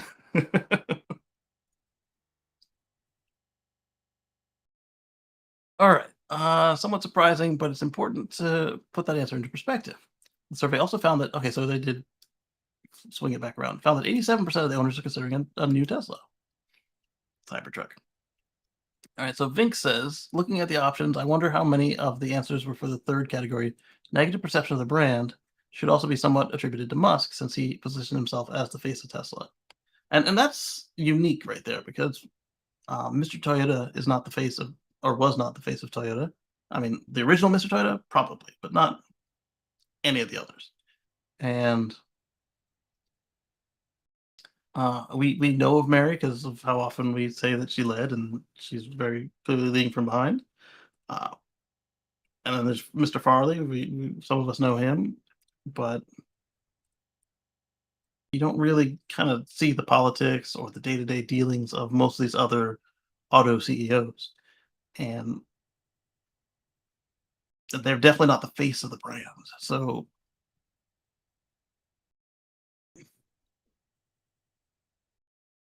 yeah, I think that he made a mistake by doing that, or keeping it that way, I should say. They backed off once the rest of the Twitter went to the World Food Program books and saw they had 8 billion in reserves. Being a nonprofit, their books are public. Oh, okay. So they said, "Look at our books," and everybody did look at their books, and then it didn't go well. I think I remember that part. I didn't realize that was the conclusion of it. Yeah, yeah, that didn't go well for them. But he said, "Hey, let's do it." Let's see. If anything, it shows just how happy Tesla owners are with their vehicles, and therefore Musk was able to quickly climb to the top of the list. Um, I don't mind him like being the guy to bring us the news, but like as he realizes he becomes a lightning rod for people on the left and the right and certain non-libertarians, he should now that they're marketing again, he should or for the first time they should allow the brand to be the brand. And they've done a little bit of this. And I'm fine with him just being the guy making the announcements, but somebody said I'm rolling around in a giant MAGA hat. I'm like, this guy is rolling around in a MAGA hat. No, thank you. She since took back that comment, at least in regards to me. But when you look at Elon on Twitter, you can kind of see how some of the people that are always tweeting at him seem to kind of agree with what he says all the time, no matter what he says. Not all of them, but enough people to give her that impression. All right, let's get off of Musk. And the Fremont factory's production pause appears to have been short lived. We talked about this on the Tesla Life show on Wednesday, how the lot was clearing out and like you could see the parking lot under there and well looks like they're done. Just a few days after we reported on what production had been halted for presumed line upgrades, earlier this week, a drone flyover revealed little to no activity happening in the facility. Logistics lot is usually packed with new cars waiting to be hauled off on carriers was virtually empty, with the entry gate closed. In addition, the casting and manufacturing segments of the plant were equally quiet. However, only after a few days, it appears as though the factory's already resumed operation at least partially. Another drone flyover on Thursday, the logistics lot had been reopened with dozens of newly built cars in the parking lot and several car carriers being loaded up. Other areas of the factory showed signs of life compared to just a few days earlier. This would make sense, though. If you only need to shut down the whole plant uh, for a little bit to do what you need to do, and then you can just shut down the lines to add the new lines or adjust the lines that are getting the adjustments. As we discussed with the shooter drill, or not shooter drill, but the shooter incident, where that could have cost them millions of dollars for that little bit that they were down. Imagine if the whole plant is down for a couple of days. That adds up. And as we said on the Tesla Live show, this is part of the reason why there are 2 factories on every continent so far, or at least every landmass, I should say, because you've got one in Germany, one in Shanghai that they can go over land if they need to, 2 in the US, and more to come. So I think they said what they need, like 6 or 12 gigafactories just for cars, and then an equal number for cells. And I think cells was like 100 gigafactories. Anyway, so it looks like the pause is over. This one I saw in my app when I was trying to do something with the car. Tesla referral credits can now be earned with demo drives. And I didn't click into it to see what that meant. They've expanded the referral program again, allowing owners to earn referral credits when they get someone to sign up and complete a demo drive. Oh, that's a lot easier. Hey, if you want to take a Tesla for a test drive, ts.la/Kacey1109. Or that of one of your friends or whoever got you into Tesla. I've got one for Aptera. I don't think I have one for anybody else. At least not for whole cars. Um, an update to the referral support page. You can earn referral credits when someone takes their first referred demo drive. The update is now reflected in the mobile app, revealing that each completed demo drive will earn you 100 credits. Fine print also says you won't be able to earn referral credits when an existing owner signs up for a demo drive through your referral link. All right, so you can give yourself a referral for purchases of solar and cars, but apparently you can't give yourself a referral for scheduling a test drive. I guess that makes sense. But you also don't get a referral for sending anybody else either, unless they're a new customer. If the demo drive is a success, you'll automatically earn referral credits when they purchase their new Tesla. Oh, that's cool. You don't have to follow up on it. If you'd like to schedule a demo drive, Canadians can use Drive Tesla Canada's link, or you can use mine. Or, like I said, any of your friends. You'll need to enter your postal or zip code when scheduling your demo drive. The update to the referral program was first announced by Taylor Robinette, a digital product leader at Tesla. I saw that tweet. I didn't read it. I saw the picture and I kept on going. I saw this part. Refer them in the demo drive in the US and earn credits upon completion. Your referral will automatically apply to their order when they decide to buy too. Oh, cool. While it's a nice bonus, 100 credits won't get you much. The cheapest reward you can redeem for credits at Tesla is a T-shirt or Model 3 or Y center console trays for 500 credits. Here's a list we compiled of the awards in the referral program, ranked from most to least cost effective. Number of credits required per dollar. So like FSD should be at the bottom then because it's super expensive. So 3 months of FSD is towards the bottom. 1 month, 3 months of EAP. Wow, it's a lot of credits. So where is the full FSD?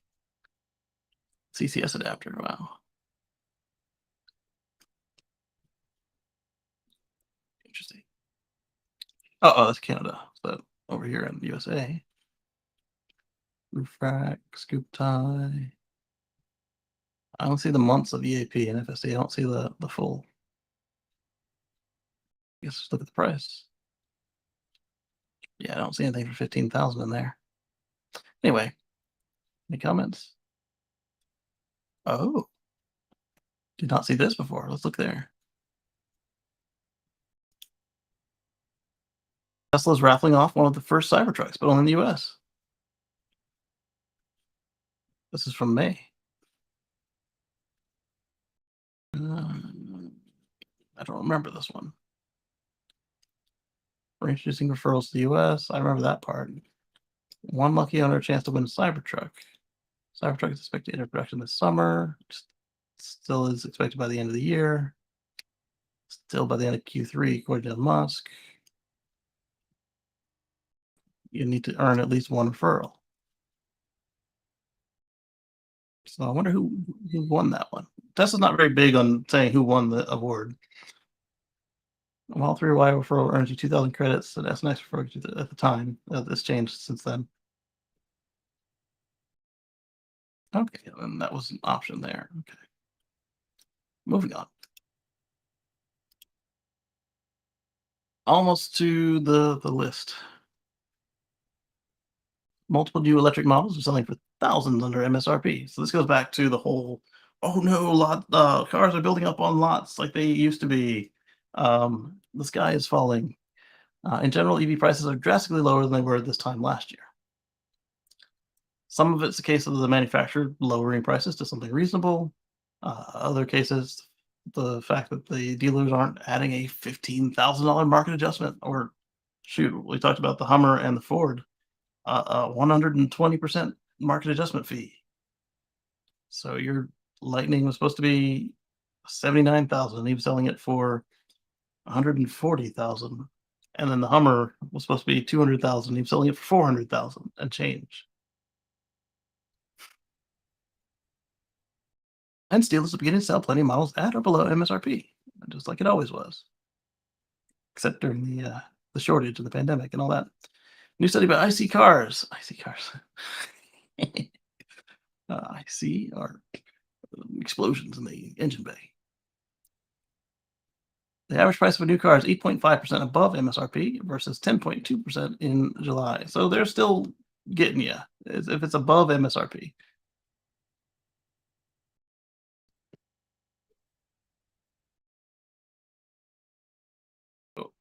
I guess that there are some deals below MSRP, but their surveyors are seeing it above. Plenty desirable electric vehicles are now under. Ioniq 5 is now 51,289. Ioniq 5 is now what? According to the study, meanwhile the average Ioniq 5 is 51,551. I don't understand. May not seem too significant. Thousands under MSRP. Oh, okay. They're talking about the law of averages. So there are some that are just real low. Something that would have been unheard of in 2022. Absolutely. And this Californian dealer with a new Ioniq 5 SEL all-wheel drive currently listed for $40,785. Said car has an MSRP of $52,285, representing a huge savings of $11,500 before incentives. My monitor is trying to turn off. Fixed it. Same for the twin, the EV6. Okay, so it's just a something that's been noticed. I don't believe 8% over MSRP average selling price at this point. Maybe 18 months ago, but not now. I'll consider having an all-wheel drive limited when it has a rear wiper and can actually travel more than 250 miles at 75 miles per hour. I can wait. All right, so this goes back to something that came up in the news. I'm sure I've got it as an article. I do. So we'll talk about that later, about people who don't understand how the cars are tested for their range. 75 miles isn't it, except for if you run certain magazines. There are no governments that test them that way. 250 miles at 75 miles an hour is a fairly strong order, even for 100% to zero. For an ongoing road trip where you use about 2/3 of the battery between DC charge sessions is out of reach at this point, but for all but the big battery Lucid cars, the S and EQS would come close. Yeah, I don't even know how many miles I go between stops. I go for hours, and then when it gets low enough, I stop for 15 minutes, 20 minutes, and then I keep going. Nobody wants EVs. Governments are trying to force people to buy them. All right, whatever. The fact that the Tesla Model Y is the best-selling car in the world, EV or ICE, seems to refute your claim. And how exactly are governments trying to force people to buy them? Incentivize, yes. Force, no. And that's the point right there. The bans haven't arrived yet. They're coming. Millions of people want and are buying EVs. People are tired of oil company price shenanigans, ice maintenance, and lung disease from emissions, and more.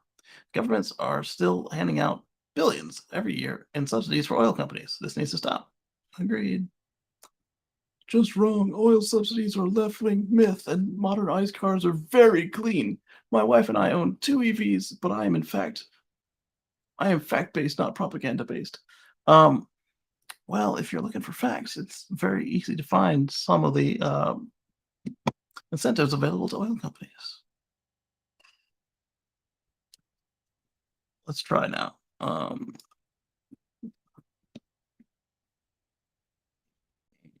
Cool.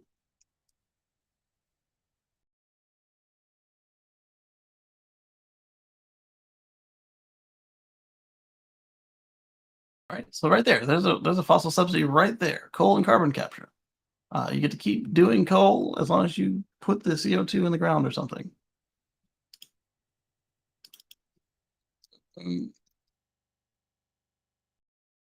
Tax credits and incentives for oil and gas. What state is this? This is Deloitte. So Deloitte is a what do you call it? A oil incentives are benefits or exemptions or things. Yeah, we know what they are.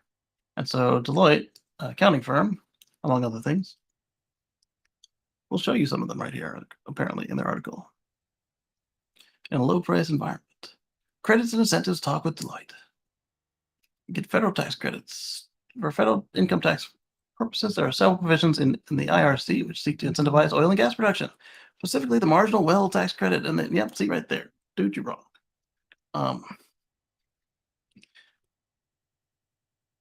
Moving on.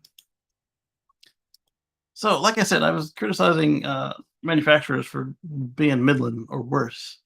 And again, if this was the car that you liked and it worked for you and you bought it, good for you. I'm not saying that you did anything wrong.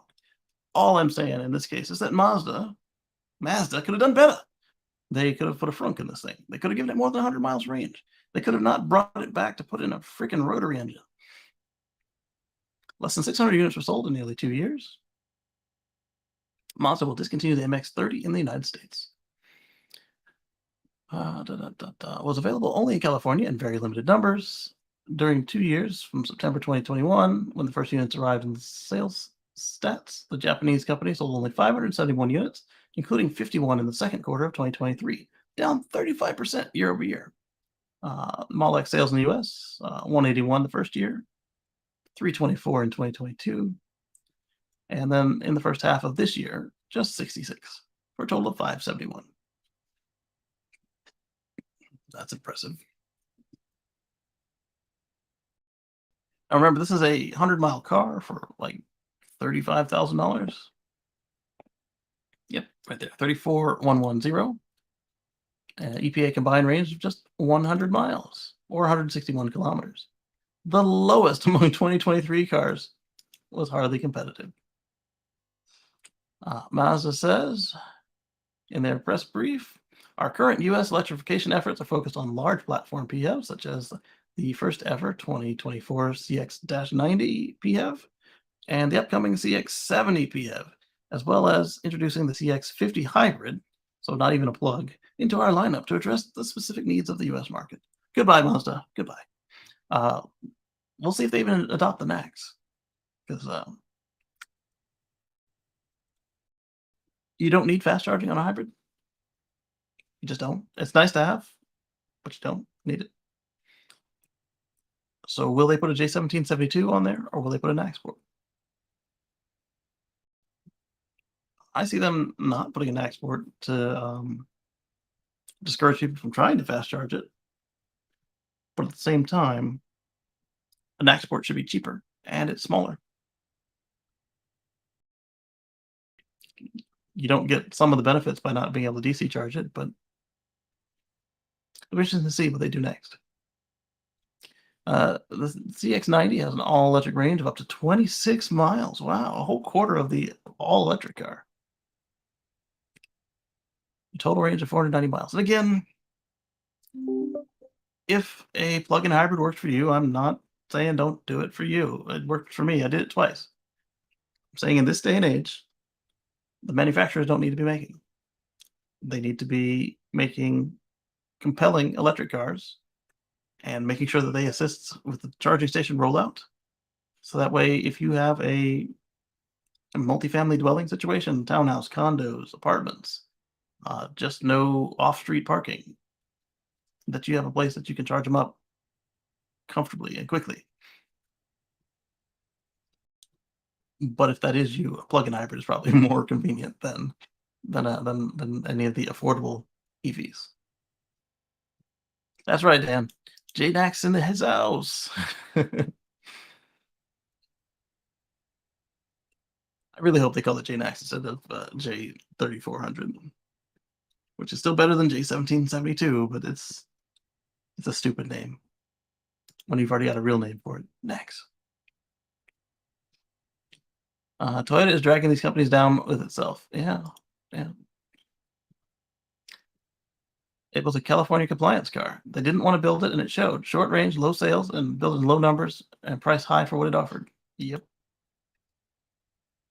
We've seen the collapse of Mazda in real time, right behind Mitsubishi. PHEV is dead. End of the road. Goodbye, Mazda. Mitsubishi at least offered the iMEV.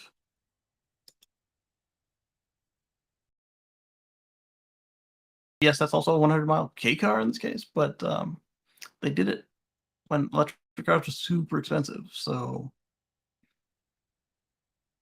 PHEVs work just fine when built by companies other than Mazda, and will be the most practical low CO2 solution for many of the parts of the world and for years and decades to come. Discussion boards like these have a very first world view and tend to ignore and forget the vast majority of the world, which tend to have unreliable grids or grids powered primarily by coal. Well, the coal doesn't matter in this case. Even in the central US, some grids are dirty and charging stations few and far between. Assuming that the fuel economy is good on the car, it doesn't matter that it came from coal. Oh, it does matter that you have electricity at all. And again, if you can get it at home, it's even better. I'm not saying that PHEVs are not a solution for the people. I just said that they're good, but the fact that the manufacturers are saying, "Look at this, we've got all your problems solved. You don't have to worry about plugging it in ever." Blah blah blah. It's not made for that. They're sold as that, but it's not made for that. It's designed to give you peace of mind that if you're living one of those places where you can't plug it in, that you're not stuck, as well as if you're in a country that doesn't have an infrastructure, you can get around it without having to worry about, oh no, I'm across the middle of the country and there's no plugs in the middle. Okay, I'll burn gas for the middle. You want, in the States at least, you want 40 to 50 miles range electric or more. 100 miles range plus gas would be perfect. But with the average commute being 40 to 42 miles round trip, anything that comes out with less than 40 miles plug use is stupid. So they were just talking about this one with 26 miles. Stupid. There are people with a short commute that this will work for, but not enough to build a car around. And definitely not enough to put a Wankel engine in it. Those things burn fuel like there's nothing, like it's going out of style.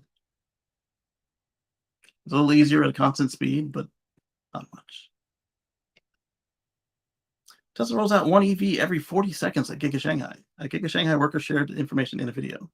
This was in a video where Shanghai looked like a recruiting video where Shanghai was advertising the cafeterias, their food situation, and somebody pointed out in the video that they put out a car every 40 seconds.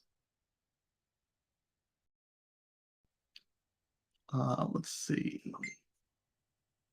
Can turn a brand new Model 3 or Y out every 40 seconds as per a new Twitter video. This tiny bit of information is another reminder of the sheer scale and efficiency of Tesla's manufacturing in Asia, Asia's second largest country. Their micro manufacturing speed even trumps Ford, who said in a press release in January that their truck plant can spit out an F-150 every 49 seconds. Oh. And it says F-150, not even necessarily the Lightning. The clip was shared on Shanghai's tourism handle, giving viewers an inside glimpse of Giga Shanghai. In one frame, a production line worker explains how dozens of robotic arms work in tandem at a single station to improve efficiency. In the subsequent clip, the worker narrates how double-stacked workshops arrange production lines in an efficient manner. Oh, so this isn't even the same video I was watching. The video I was watching was about food, and they put it in there as well. So maybe China is highlighting Giga Shanghai as one of their places to visit or something.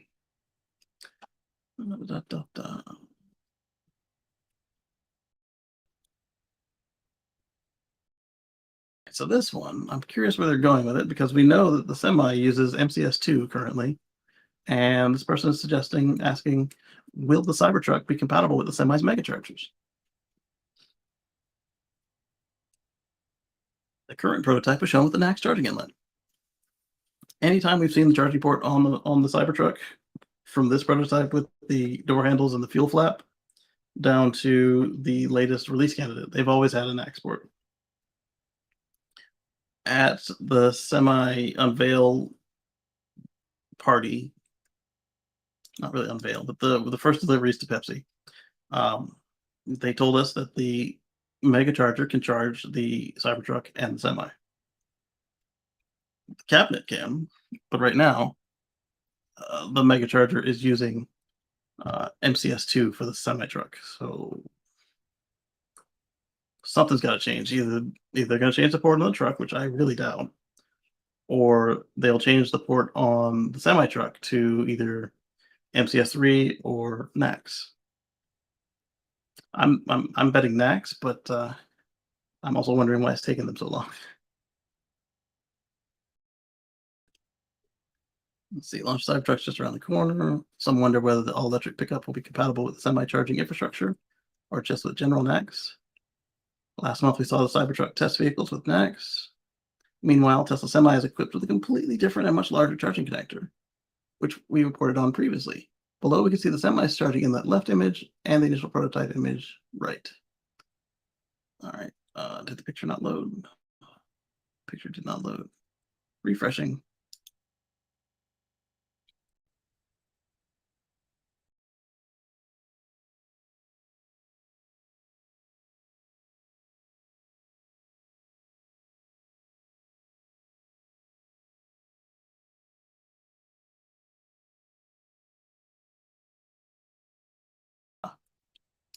I wonder if my DNS is filtering it out. Anyway, let me try on my phone real quick. Because my phone is not on my network. Wow, getting 561 watts of solar right now.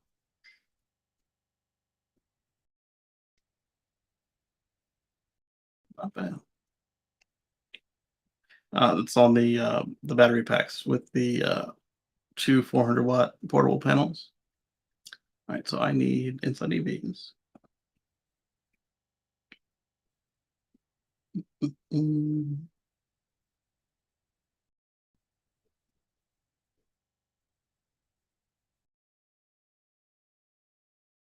Yep, .com.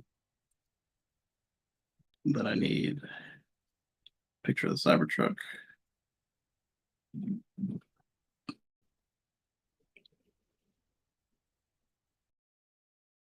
Oh, I see what they did. It's a Twitter from Trev page. So what I'll do here is click on it.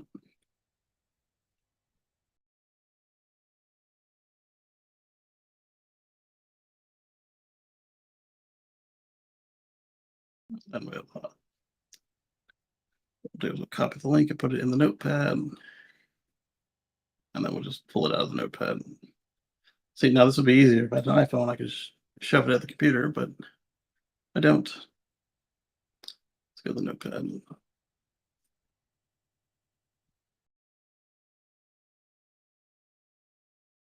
Also, happy birthday to Patrick. All right, so now we want the notepad, which is where? Here.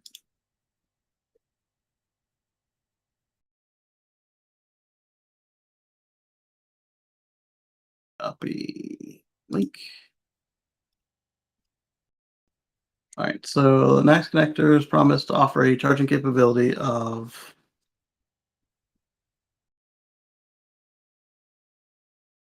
up to 1 megawatt and supports voltage of 1000 volts.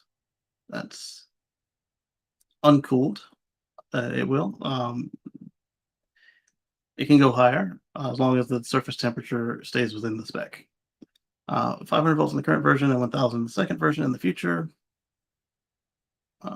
Those numbers sound good enough for electric pickup trucks. However, 1 megawatt is just a starting case for Class 8 semi trucks, like the Tesla Semi. Tesla said in late 2022 that its fast charging system in the Semi with V4 cable and new mega charging plug offers 1 plus megawatt of power, which will be applied to the upcoming Tesla Cybertruck. However, we're not really sure if the Cybertruck will be equipped with separate Tesla mega charging inlet on top of the NACS, or if the company will offer just 1 megawatt charging using NACS. And I'll tell you right now, MCS2 doesn't fit in the little molding that they have placed the charging inlet in. Thank you. I've got a burger and another Coke. Thank you.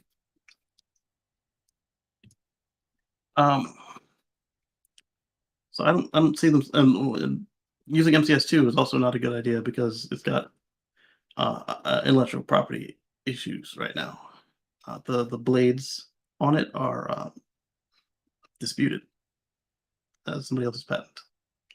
The question raised by Teslarati, which noted that the new mega charger station in Baker, California, has mega charging with a new DC plug without a pull through, like a Giga Nevada. Is preferred for Class 8 trucks. It appears like it would be intended to support smaller vehicle, a pickup, and maybe parking in reverse. A semi without a trailer potentially could also fit, but it does not seem convenient. Building such mega charging stalls suggests that there'll be compatibility between the Tesla mega chargers and the Cybertruck. Let's go back to their article and see what else we're missing here. Probably more tweets.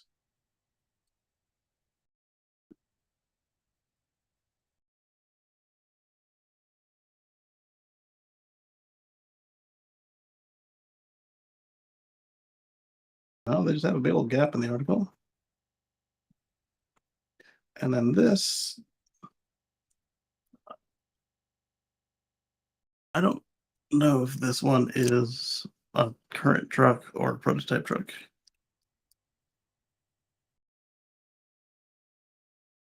It looks like one of the prototypes. All right, so then in Baker, California, they've got this palletized supercharger, or sorry, mega charger, and we know it's that because it's got the MCS2 handle on it, and it's bigger than the V4 superchargers. Like the pedestal is just physically taller. I think I've got this one in the notebook, so we'll cover that later. But now let's go over this tweet. Paste and go. Wait, no, we're not ready yet. Building such mega charging stalls suggests that maybe there will be compatibility between the trucks.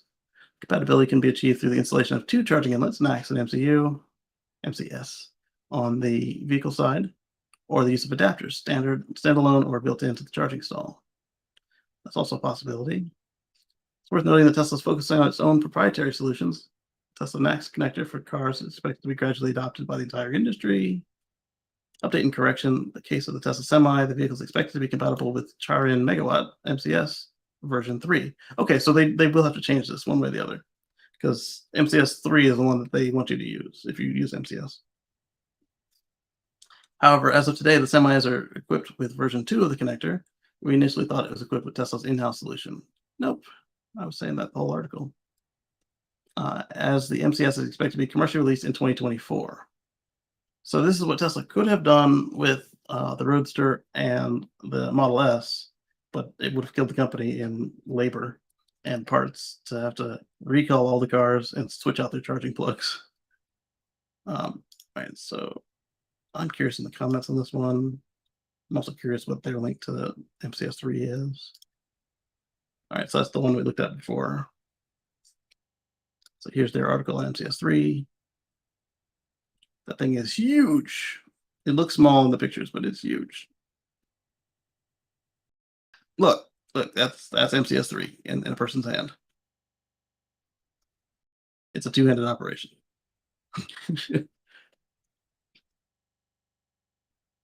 It's brought to you by the folks who brought you CCS. Who's next? Are you sure they're actually charging trucks MCS in Portland? I heard this was more of a show and tell. The prototypes were not actually powered. Charging was being done with CCS. There's a lot of technical points for MCS that are not even decided yet. Okay, so that might be why Tesla didn't use MCS3, is because it's not ready yet. But MCS2 was far enough along that they could put some real trucks out with it. Okay, I'll give them that. Yes, things have been tested in the labs. Personally, I'm expecting different versions in different markets. Marine MCS may differ from the eVTOL MCS, which may differ from mining MCS, which may differ from railroad MCS. I hope not, man, because right now with MCS, you get a global plug, just like we have with Chatham. Because they don't do AC, you don't have any of that local garbage. Like, oh, we need the British plug, we need the Finnish plug, we need the US plug, we need one of the Japanese plugs. None of that. A giveaway is that things are just starting, not done. MCS will bring big improvements over CCS, no matter how it shakes out. Frankly, it'd be difficult to mess up CCS worse than it already is. This is true. All right, let's go. Time for semi-trucks to hit the road. Connector gives me Tesla vibes, very similar, albeit larger and triangular. Much larger. The big question is whether Tesla Semi will launch with MCS right from the beginning. That was 9 months ago. Yes, it did. Let's see. Sim says Tesla Semi had MCS before MCS was finished. This is actually the third proposed MCS connector. There are pictures of Tesla Semi with the second connector. The second connector was better in some ways, but ran into patent encumbrance. That's right there. I was talking about the IP issues. But that's not anything wrong with the connector. I suspect that the patent rumor has been fully debunked. The delay was brief while the lawyers looked at it and determined the claim was not defensible. Okay. The version 2 connector is way different than version 1 and 3. Version 2 is just version 1. So version 3 is just a version 1 with deeper connections, so you can't get electrocuted one way or another. There's a picture of the Tesla Semi out there with a very strange looking MCS2 connector. Version 3 is just a version with deeper connections. No, the DC power pins are larger in diameter. There is an insulated post in the middle of the receptacles to pass the finger test. Tesla did something similar once on the US coupler and decided it was a mistake.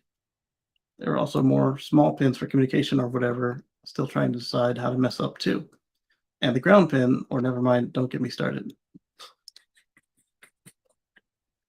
I think they're involved in development, so I expect but in the beginning they would have to just launch with the Tesla connector or CCS combo to use existing chargers before MCS spreads to where needed.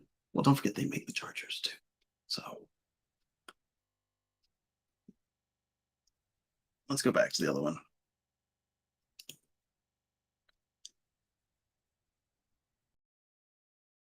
I didn't do the tweet yet.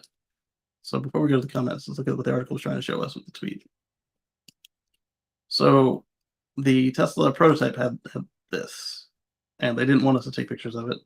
People were calling it the octopus or whatever because it had 8 inlets. And you plug into this adapter, you plug the adapter into that. And on the other side of the adapter, you can plug in a bunch of the 150 version 2 superchargers, and then later the version 3 250s. And that's what we have today, is the MCS2 inlet. Guessing MCS3 will fit either in that opening, or you can have all of this space to do something with.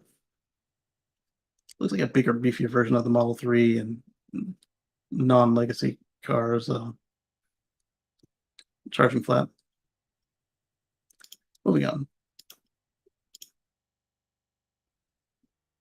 Yeah, that was in January. Moving on. Let's look at these comments. Just watching an out-of-spec video at the Baker station. That megawatt station is not permanently installed. Yeah, it's on a pallet. Power feed cables are lying on the ground with protective covers that allow vehicles to drive over them. The charging station itself is sitting in the parking area with other stations rather than being up on a curb. I guess this is being tested for final installation, and that location will likely allow semi with trailer to pull up next to it. Yep. Good spot. I've exported a still of the nameplate from the video. This charger is 0 to 1000 volts at 465 amps for theoretical maximum 465 kilowatts. If you go by the nameplate, which we already know that for Tesla vehicles, Tesla will exceed the nameplate for a little while to get their numbers. Let's see. However, the post DC output power is listed as 375 kilowatts into a Tesla Semi, suggesting the Semi's battery is actually 375 over 465 times 1000 is 800 volts. That's not a good thing to assume at all. Because Pepsi is already on record of saying that that their cells are 750 kilowatts. So either they're overdriving those, or this one is just rated lower for some reason. Bear in mind that 465 amps is not enough to charge a 400 volt Tesla at any more than 186 kilowatts. It's probably not a 400 volt Tesla for one. I don't think this mega charger is any more than a test article, which is also a possibility if they stick to the labels. Future V4 and mega chargers will need to provide at least 631 amps for existing 400 volt cars. I don't think they're going to do that either. That's going to be 1000 volt cars, according to what they told us at semi sale day, and with the Cybertruck tie-in.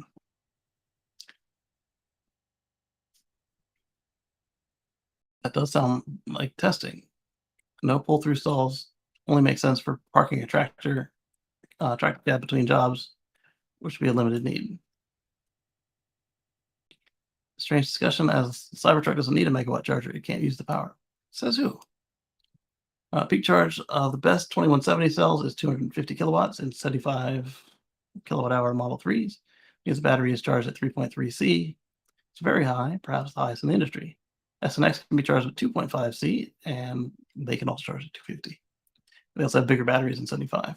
And Lucid Air with 2.75 C, you can't charge 4680 cells so fast, as these are bigger and more difficult to cool. But what you don't seem to be taking into account is that the pack is huge on a semi.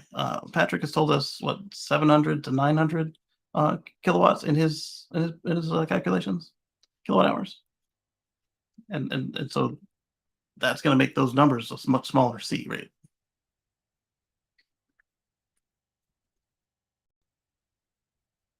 Exotic Geeks is asking, is MCS3 akin to JNAX? MCS3 is the next version of CCS without AC. So that way you can have a global connector and also up to 3 megawatts of charging. So they speak the same language, but I wouldn't call them kin at all.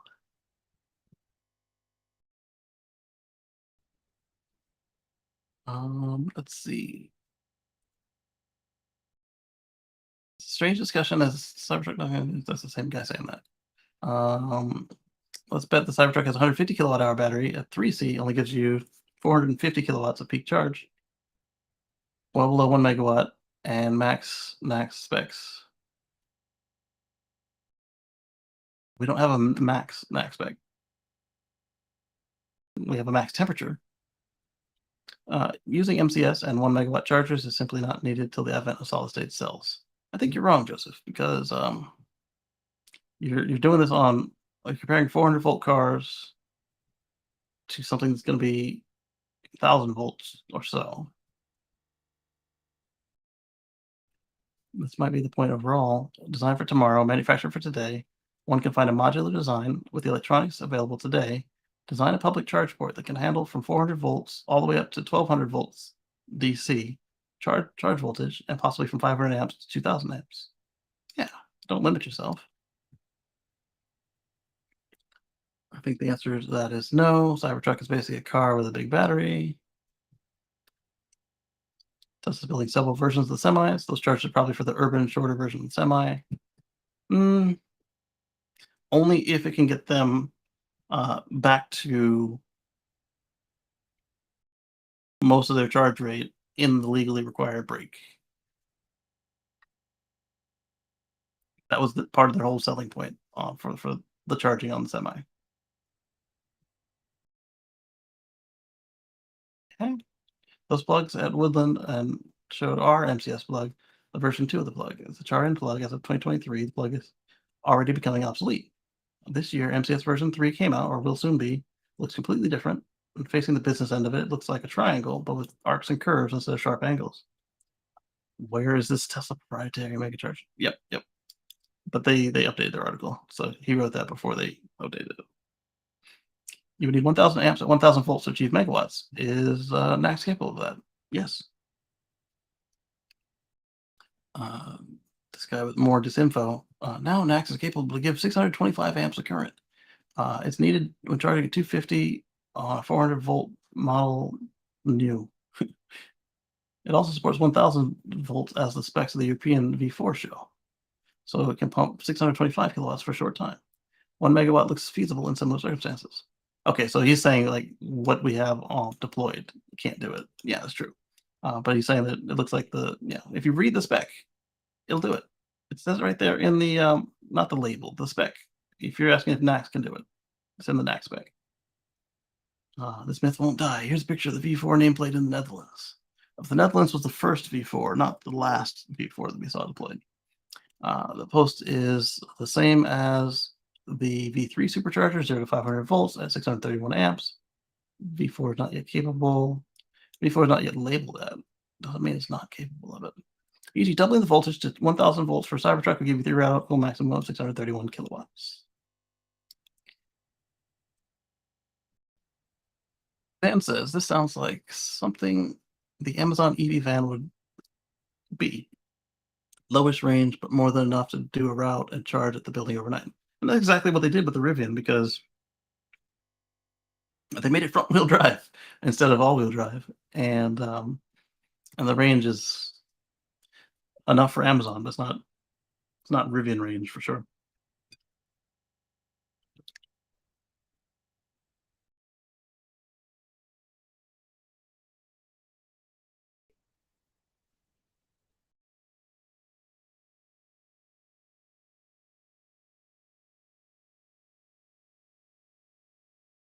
That's the claim.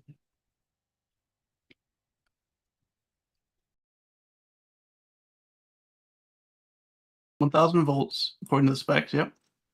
Tesla successfully operated a NACS above 900 amps continuously with a non-liquid cooled cable a non-liquid cooled vehicle inlet. NACS does not specify maximum amperage. That's what I'm saying right there. It doesn't say. The North American charging standard shall specify no maximum current rating. The maximum current rating of the inlet connector shall be determined by the manufacturer, provided that the temperature limit is defined. The temperature limits defined in Section 8 are maintained. 105 C. And then he links to the Tesla NACS download.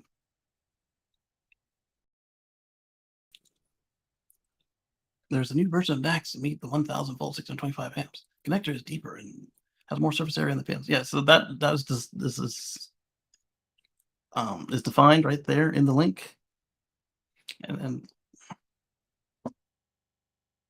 saying there's a new one kind of suggests that there's another new one versus the one that we already knew about when NACS was announced.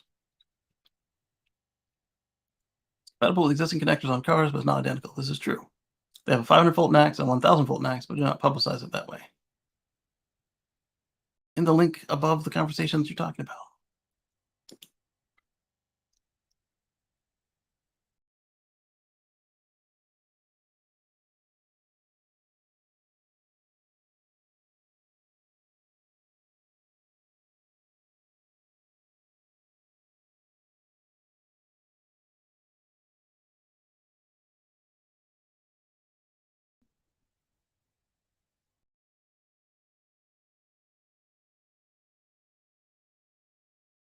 hey, it's offering to help, but there we go.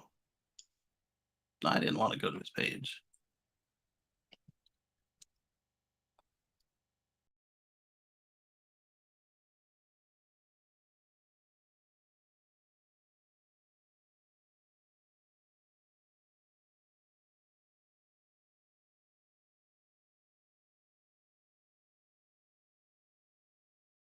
All right. Uh, Drop at 1,000 amps is ridiculous. The 0.1 ohms would be a 100-volt drop. That's 10% of the max voltage and would dissipate 10% of the power on 100,000 watts. Need more than a bucket of water, you'll need a fire truck. Higher voltage is the only way to be delivering even low power scenarios in this. All right, so let's not trust the engineers who made the thing.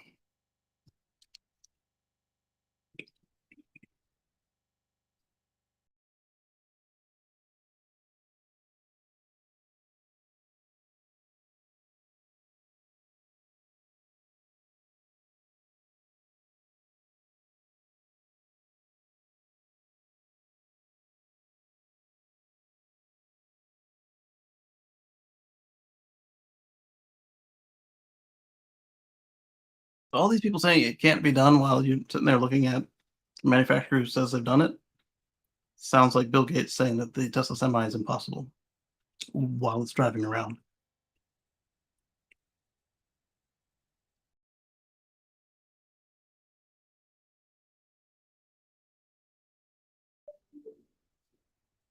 Seems to be a shift into another gear in the narrative evolving from EV to ICE, or ICE to EV.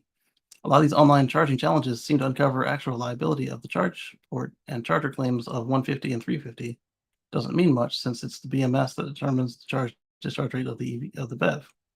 It's true. Up through at least version 2, the superchargers were just stacks of the car charger, the internal car charger. And that's why the supercharger protocol still isn't shared, even as part of NACS. Because all the cars are doing is sending the same commands they would send to their own charger, the onboard charger for AC. They're sending those to the supercharger cabinet. And it's just responding with those built-in converters. And if one went out, or if you did the splits, so they had 12 at one point and 10 at first.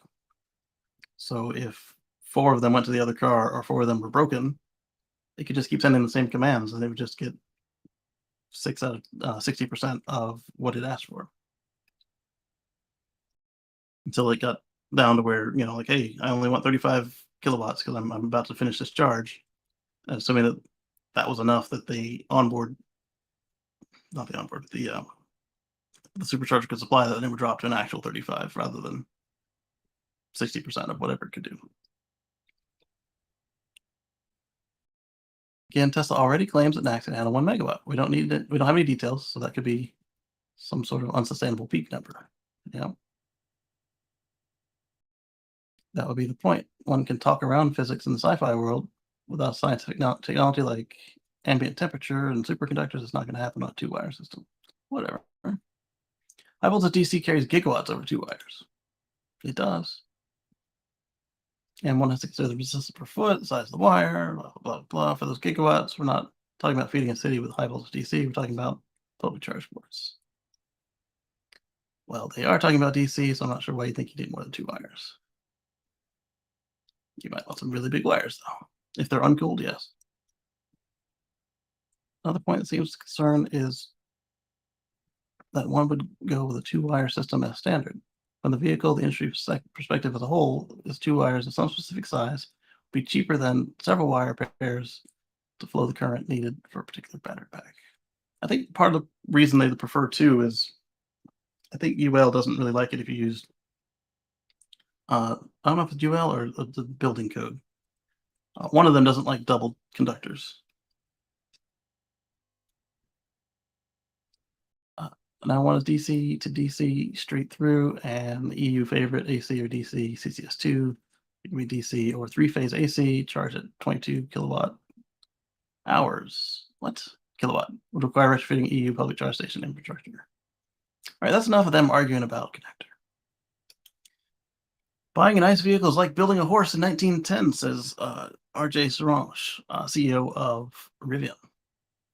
He says that traditional gas stations will slowly disappear in the future, so buying a combustion car doesn't make much sense. And that's one thing I keep wondering as I see these new gas stations coming up. I totally get retrofitting an existing one for compliance, etc.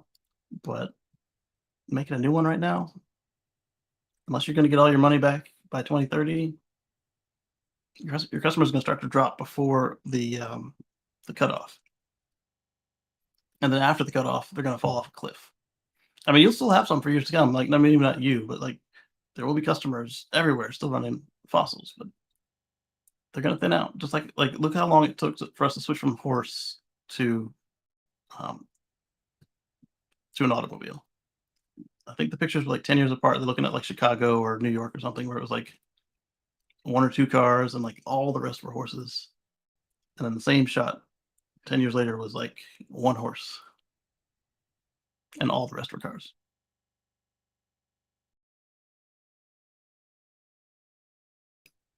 I think the reality of buying a combustion powered vehicle in light of the policy that's coming is sort of like building a horse barn in 1910. Like, imagine buying a Chevy Suburban in 2030. Like, what are you going to do with that in 10 years? Yeah, like gas stations will be slowly disappearing. It's going to be weird. That's going to be like kind of awesome, really, to see the flip. All these people saying, "Oh, I can just get gas in 3 minutes," which I made a video. That's a lie. It's close, but it's still a lie. I can get gas in 3 minutes after you can find it, because if it's not profitable, these stations are going to close or they're going to switch to selling stuff that makes sense. And look at all the square footage taken up by gas pumps and the canopy and all that. They could put charging awnings there instead. I was at freaking Bucky's again yesterday, and it still took me an hour. The car only wanted 20 minutes of charging, but it took me an hour to get all the way around, get us into the bathroom, get out, and then drive out. We tried a different approach this time. That's what saved us time. We bypassed, instead of going in where everybody else was going in to get stuck at the pumps, we went around the back way, and it worked better, but it didn't work great because people kept stopping their campers to like hug and kiss. People were getting in and out of parking spots and just moseying. I swear that place is probably above their fire code, but I didn't see the little placard of how many people are supposed to be there. Anyway, continuing on. So yeah, I can see something like a Bucky's turning into a something with 100 stalls of supercharging instead of 100 gas station nozzles.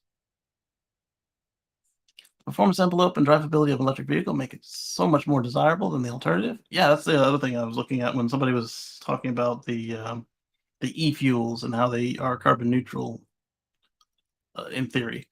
It's like, okay, so you can keep doing what you've always done, making like noisy, weak cars that need lots of maintenance. Okay. But why would you switch to that and have to go someplace rather than fill up at home, assuming that you have off-street parking or a place to charge at work or whatever?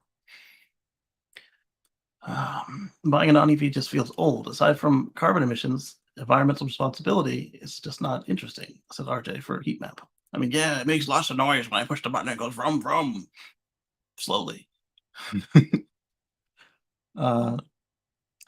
Talking about the branded context of beating expectations of delivering the second quarter. So we hope the R2 platform helps a lot. Helps pull a lot of customers across that jump where I want to spend 45,000 to or 40,000 in a vehicle. It needs to fit my life. So it's my kids, my pets, my gear. It needs to be able to go places and get dirty and go down a rough road. Our brand fits that well. But today there are a lot of customers who just can't afford to spend 70 plus, and that's where the R2 comes in. Yeah, because a regular Rivian is pricey. The R1 series. Well, that's kind of some cool quotes there. All right, last one that wasn't in my notebook. Tesla FSD 12 Alpha is mind-blowing, says Musk. What do you mean? What does that mean, though? Who knows? He said that about all of them. Hey, sweetie, how did you get that screwdriver? Can I have it? Thank you. Appreciate it.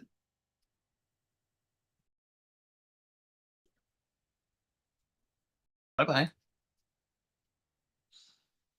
You just woke up from your nap? You did? Okay.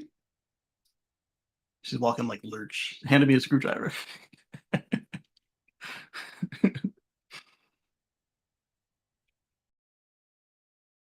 Okay. Yeah. So he said that about every version. So it's mind blowing. Comment was directed at Whole Mars, which tweeted that FSD beta is getting freakishly good. Mind you, this is the same person who described FSD beta active that didn't stop at a pedestrian crossing as one of the most bullish, exciting things I've ever seen. As for Musk's reply, it's hard to pinpoint exactly what he wants to say. Recently, he commented that FSD might reach level 4 or level 5 this year. We'll see. Oh, she took it from you. I tell her to give it to you, but I need to fix something. Oh. Let's see. Recently, he commented FSD might reach level 4 or 5, which is confusing. Back in May, Musk argued that version 12 is reserved for when FSD is end-to-end AI. So maybe this latest tweet, he's implying that the Tesla has somehow implemented AI into its driver assistance system, but we can't know for sure. As a reminder, FSD beta is regarded as level 2 according to the SAE levels, which says the driver is always driving the car whenever support features are engaged, aka yesterday when I avoided the mess. Moving forward, a level 4 system removes the requirement for the driver to take over in certain situations. So what do you think? When will FSD 12 be released? Elon says this year. And he says it'll be out of beta. So I think that we may see the same situation going where 12 is actually out there somewhere on employee-only cars. And then at some point we'll get FSD 11.420 and then more versions. And then eventually this might happen. I still think from what we've seen, we're looking at 2 to 3 years before we're ready to give it to politicians to get a driver's license. And then from there, it'll be just like a manned elevator. Like we don't have elevator operators anymore. It's us. We come in, we push a button, I want to go there, and it does it. Eventually, in the case of the Teslas, where it's already got your calendar, you just get in the car and it'll take you to your next appointment. Is that happening this year? I can't say, but I don't think so.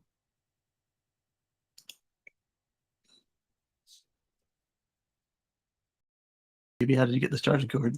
Well, she loves to plug the Tesla in. Like we get out of the car and if I plug it in before she gets out, there's a tantrum. So I open the port. She doesn't seem to know how to work that button, even though she works a lot of other buttons. And then she pushes it in the port, and I make sure she pushes it all the way because she doesn't know that you got to contact the back of the port. She's kind of, there it is. I'm good. Moving on.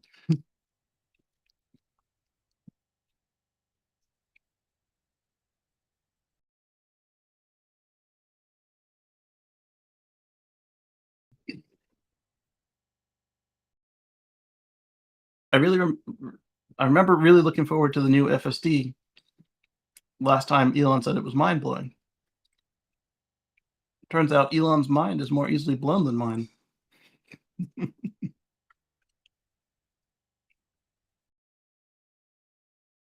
Wouldn't even consider buying FSD until AutoSteer, not FSD, can drive straight through intersections consistently when it doesn't freak out about cars parked on the side of slightly bendy roads, and when it doesn't think every off-ramp's exit speed of 60 kilometers an hour applies to the 100 kilometers highway I'm on.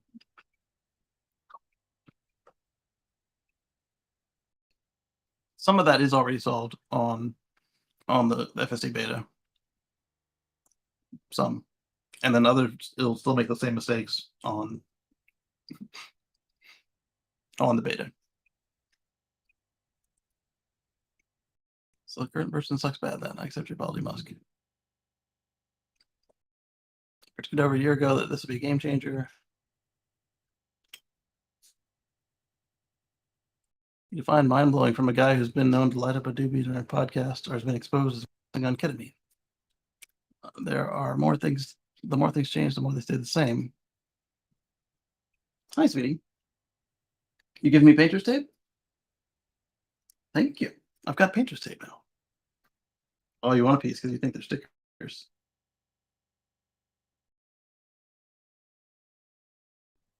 Well, a roll of painter's tape is cheaper than a box of stickers.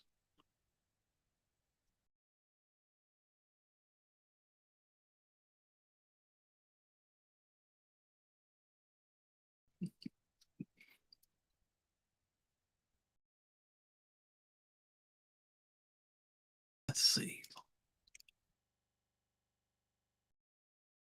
Me say V12 is production. Keep in mind that whose mind is being blown.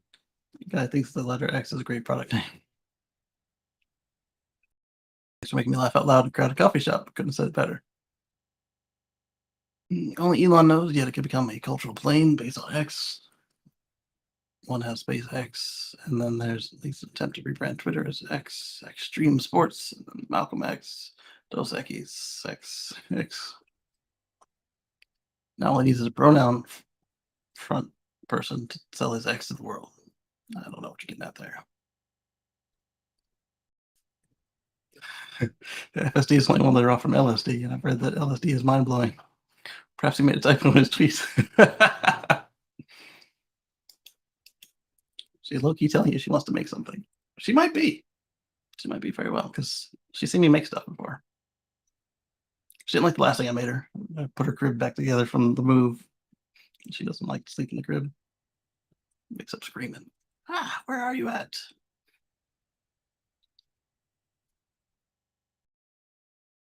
Wait, you mean actually certify the technology to level 3 when the cultists who threw money at the prospect, blah, blah, blah. I don't know. The boy who cries wolf. So Elon said on the call, I'm the boy who cried FSD. And never heard this one before. V12 will be full stack and AI, and it'll come out of beta. It's a major milestone. Tesla will give out free trials and hope to convert more and more customers. Maybe V12 can get in the early majority phase of people using the software. Data will keep growing exponentially. More Teslas on the road.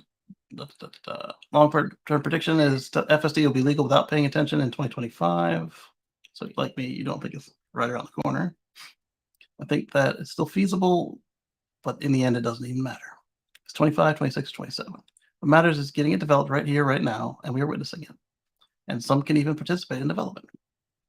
It's one of the grand technological breakthroughs in human history, and it'll save countless of lives, as there'll be far less traffic accidents once fully rolled out and mandatory license to all vehicles on the road. About the crosswalk, I agree, it should follow the rules. Unfortunately, a lot of human drivers don't do it under those circumstances or don't even stop at all. My mom once stopped for a pedestrian at a crosswalk to cross, and she got rear-ended by somebody who wasn't expecting that. Yeah, my car has stopped for pedestrians most of the time. On this last build, though, once they're past it, like on the next half of the road, it will just start going again, which is not quite what you expect. You want it to wait for them to finish crossing.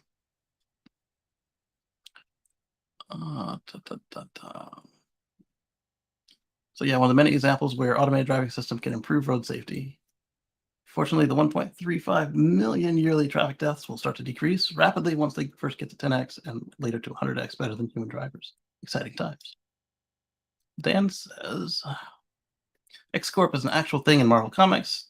Universe ties to X-Men, so I'm not sure what the eventual future will be with Disney versus Twitter on this name in relation to their IP. Well, it's X.com, so there's that. And he's had it for a long time. So if this is called FSD 12 Alpha, it's using 5 megapixel cameras, expecting better results. Then it's only full stack. BS, another 7 years of failure to launch technology. Okay. Should we make a guess? Announcements from owners all over the world. See, that's the thing, though. If this thing gets to version 12, when do they roll it out to the rest of the world? You guys have been paying for Well, some of you guys have been paying for FSD just as long as we have.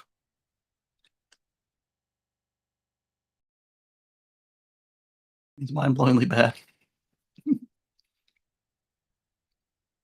Keep in mind, SpaceX is landing robot rockets on robot ships in the ocean. This feat was supposed to be impossible.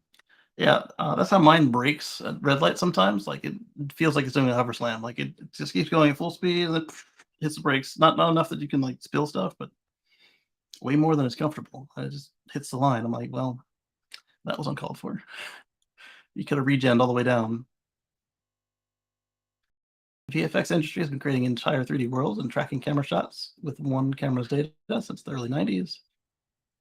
Not a giant leap to imagine what multiple cameras can do for a car. All right, that's enough of this. Let's open up my stuff and go from there. Move this over where I can see it.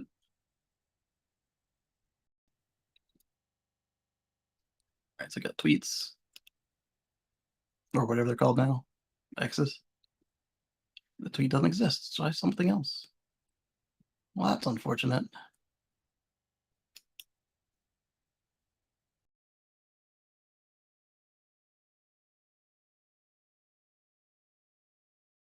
All right, so I talked about the FSD transfer for private resale being changed.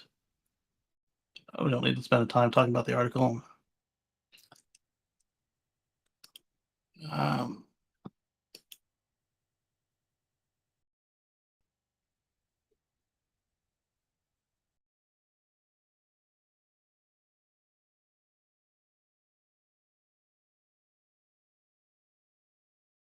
the next one after the boat says, we spoke last week about why Nissan might be wise to do this with the Leaf. And what am I speaking about is news. GM to introduce the next gen Chevy Bolt, says Mary Barra. When we will execute it more quickly compared to an all new program with significantly lower engineering expense and capital investment by updating the vehicle with Ultium and more Ultium stuff, Ultitex, by applying our winning with simplicity discipline. So last week or the week before, when I told you that the Bolt was dead, Bolt's not dead anymore. It's not coming back next year, but it'll be coming back as an Ultium car. And Mary previously said they can't make them under 40,000 profitably. So does this mean the new Bolt's going to be 40,000, or they're going to cut a lot more out of it? Which, what does that mean for a car? Who knows? We'll find out.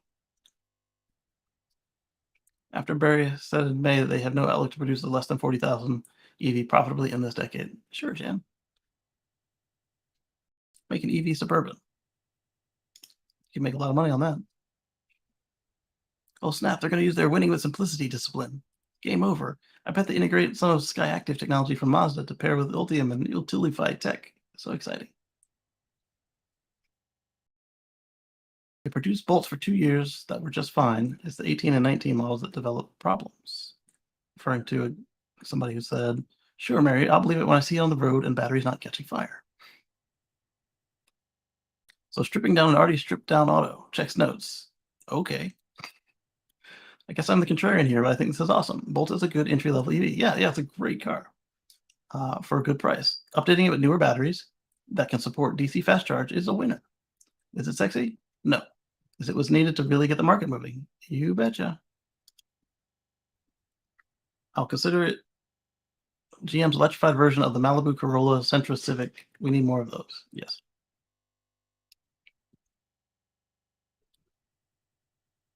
So this is another article on the same. GM confirms Ultium-based Chevy Bolt is coming. Beats Q2 estimates. We'll see.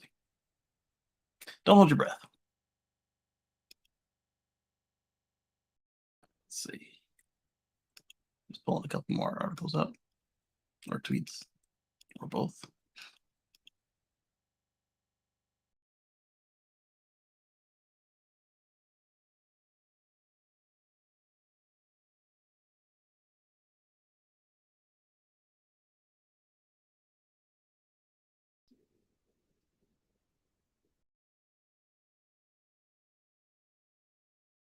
on that thing where it scrolls while I click on the links. Don't like that.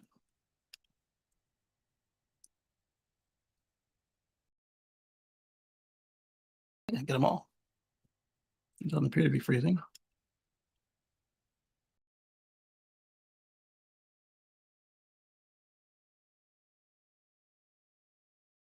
Ah, okay.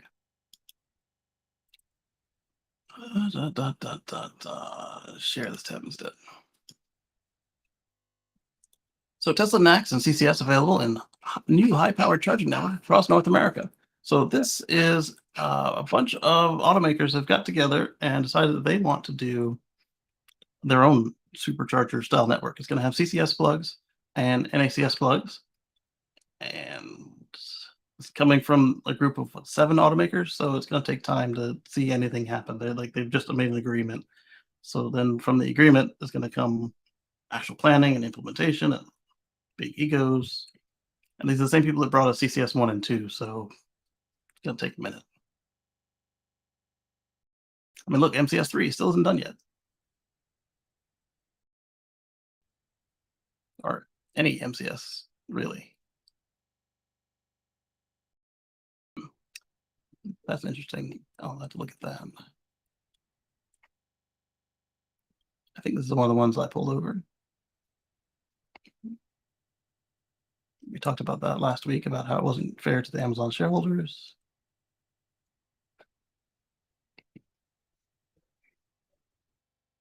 All right, so let's see. BMW, Honda, Hyundai, Kia, Mercedes-Benz, Stellantis have joined forces to build a high-powered charging network in North America. The 7 automakers have signed a joint venture for the project, which aims to install at least 30,000 high-powered charge points in urban areas and highways. They'll focus on charging stall installations in metropolitan areas and major highways. It'll concentrate on placing the stalls alongside vacation routes and places that people choose to live, work, and travel. So are you going to Burger King to the McDonald's of the superchargers and just put them right across the street? If that's the case, why join the supercharger network? BMW hasn't done it. Honda hasn't officially done it, but with all their cars being made by GM, they're in it, probably. Hyundai hasn't done it, nor has Kia. Mercedes did do it. Stellantis hasn't said what they're doing. So of the 7, Mercedes is the only one confirmed to be a supercharger member, while all the others are looking at it and talking about it and blah, blah, blah.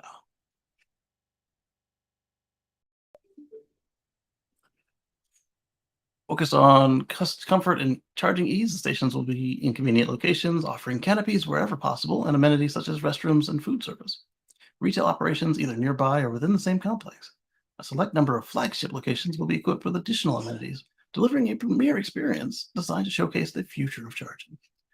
Nikki over at Transport Evolved pointed out that Tesla said the same stuff about the supercharger network, and we got the number of hubs, like Kettleman is very slim pickings, and even more slim than expected is the number of stations with any sort of canopy. Hyundai has been mulling over adopting the NACS connectors for BEVs. Among Hyundai's concerns over adopting NACS are its slower charging speeds. Hyundai's slower charging speeds, because Hyundai and Lucid don't have the best up converters there. Although, as much as Lucid complains about the supercharger not having it, when you look at the number of Electrify America stations that have it, they are not exactly common. All right, so let's see. This joint venture with 7 global automakers might strike a balance between the automakers that have entirely accepted NACS and the supercharger network, and those are still on the fence about Tesla's charging network. 800 volts isn't a valid reason to pass on NACS. Existing CCS stations will be installing a NACS port very soon, including on 350 kilowatt chargers. You can charge in all the same places you do today. CCS will start fading quickly in a couple of years. Finding CCS plugs, especially working ones, will become challenging. Sticking with CCS is a poor decision for consumers. Expect CCS chargers to receive even worse maintenance than today once that standard starts to become abandoned. Would you buy a car with a CHAdeMO connector today? assuming you need DC fast charging. No, because you know how hard it would be to charge the car on the road. CCS will reach that point too. I'd never buy a CCS car today. It says stock in bug. I believe many of the V3 chargers can be updated to higher voltages and hopefully longer cables too. I mean, they can. What we might see, based on what Tesla did with the V1s and V2s, is they'll just reclad the station. So you'll see the V4 style post with the longer cable, and it'll still be a V3 or even a V2. Well, probably not a V2 because they don't speak Max. But you can have a V2, or sorry, V3 that's really got a V4 casing. And it'll be really tough to tell from just looking at them, because at least with the V2 and the V3, the cable in the cabinet looked different, and then the unit in the back was considerably different. With the V2s and the V1s, you could tell from the performance. So that's going to be the same way here. You can tell from the performance, not from just looking at them.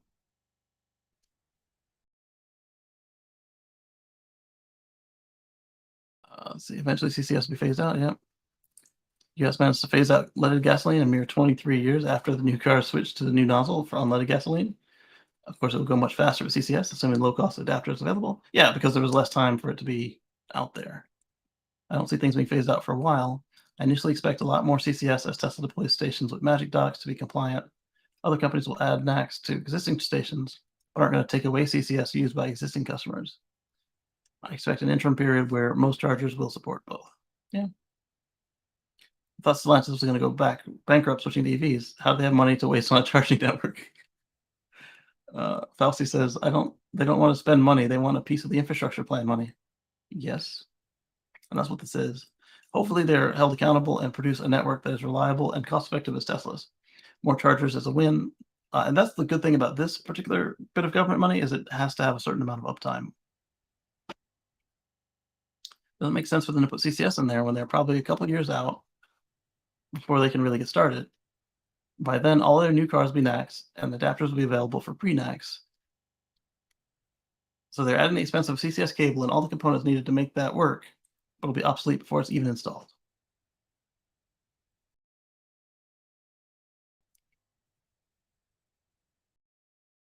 And so on. Moving on.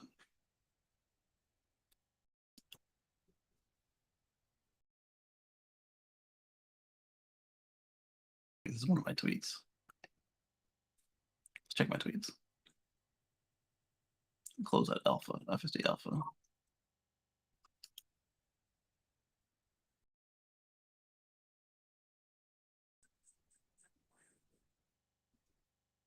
Yep. Start here. So Drive Tesla Canada, the best photos yet of the F-150 Cybertruck. So I think I showed you guys Sunday the photo of the F-150 wrapped Cybertruck. Maybe. I think I did. And here's a look from the back of it, the back angle. And then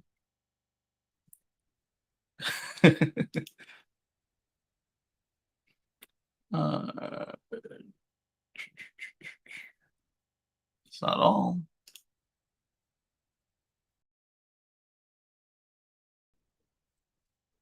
And,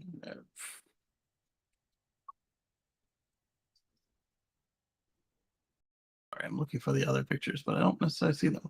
So let's go to the article instead.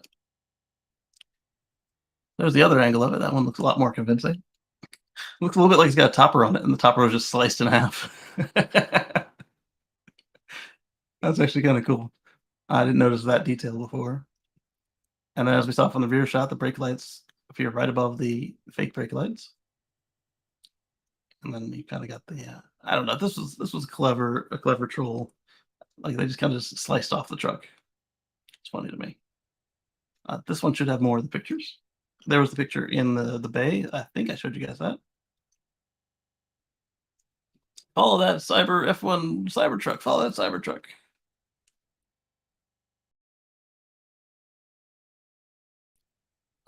Let's go to Gregor Trucks. See, I think he had more of these.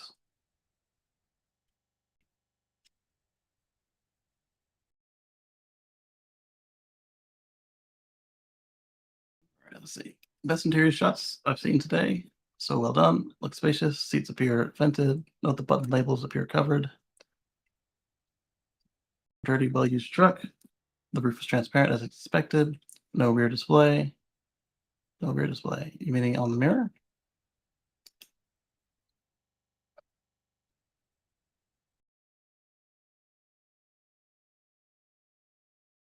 I don't know that you can say that. It's a possibility, but I mean, there's one way you could say is there's no power going to it, but we can't see the glass to see if it's got the little, like the Model X does, little channel going up the glass to the center there. I like it. I like it a lot. There's the wheel yoke.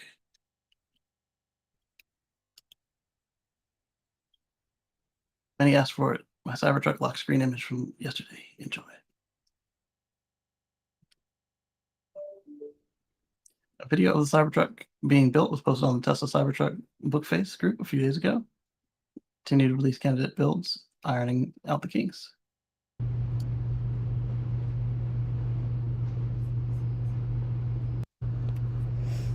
There's down there.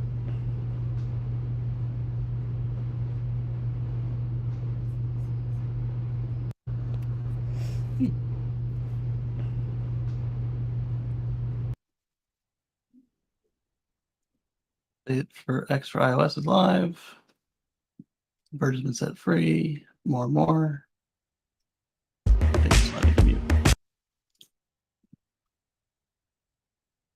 Oh, it was obviously testing because they got dirt on the wheels.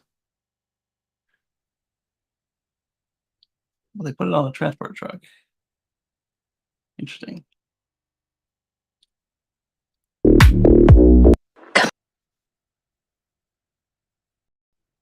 There it is.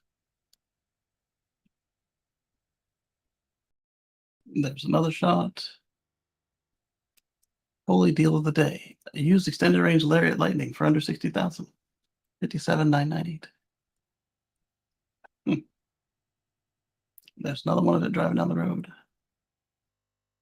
And then there's some better pictures of the F-150 version on the truck.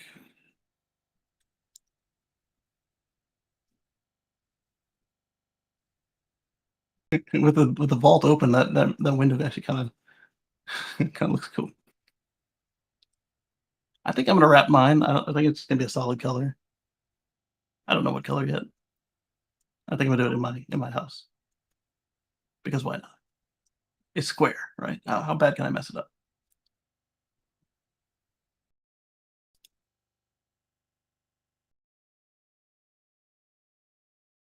All right, moving on.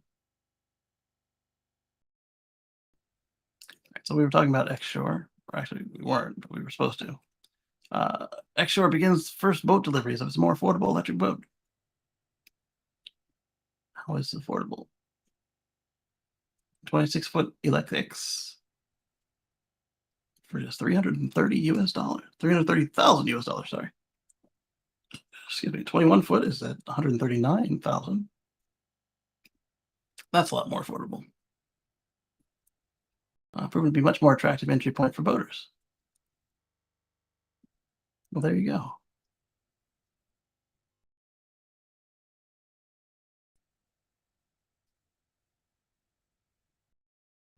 Electrify all the things. We talked about Boltium, so I'll skip that. Redwood materials.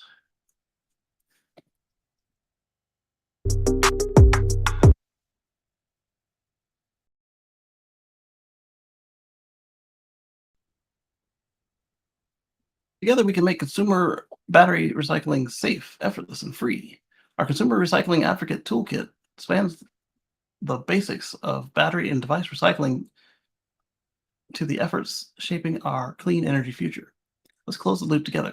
And so this is a link to a program where you can advocate places accept devices and batteries for turn-in to help feed the Redwood machine. And like we keep saying, you don't need to or not, you don't need to, but if you mine the old devices for their elements, particularly the batteries, they're already nearly battery grade at that point. And then at that point, all you have to do is reprocess them, which is a lot cheaper and a lot safer on the environment than trying to reprocess or trying to process for the first time raw ore. So all those arguments about, oh, it's you gotta open the mine and blah blah blah. You still gotta do all that stuff for the fossil fuels, but then once you burn them up, they're gone. You can't undo it. Whereas when the battery dies in your cell phone or your EV or whatever, you can grind it up, extract the lithium, the cobalt, the nickel, so forth, and do it again. Can we send batteries to you for recycling? That's a great question. Redwood Materials is a game-changing company, in my opinion.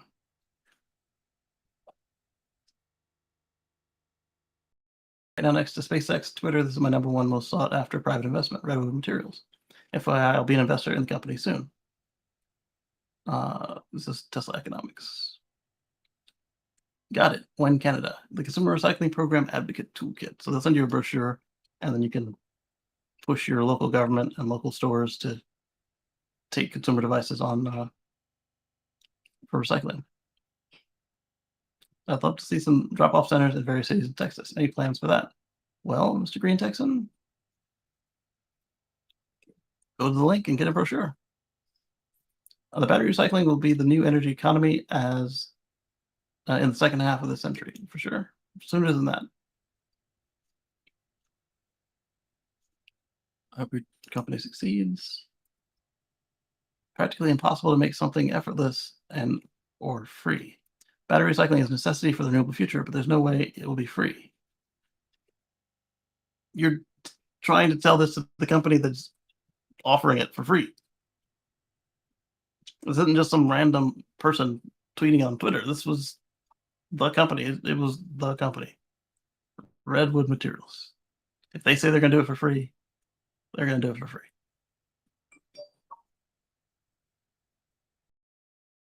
Tesla competes with Redwood. Our recycling centers will be in South Texas. I don't think they're in the same market. Why not pay consumers for their old batteries? Why should consumers fund your business with free raw materials? That's also a point, but it's going to cost to get those devices over to Redwood, and they both have a point.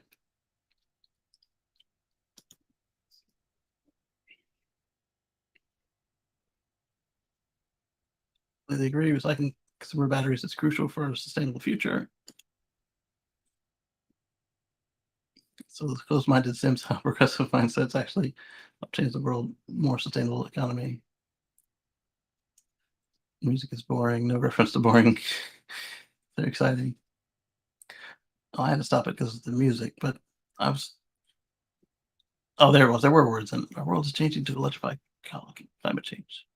Anyway, moving on.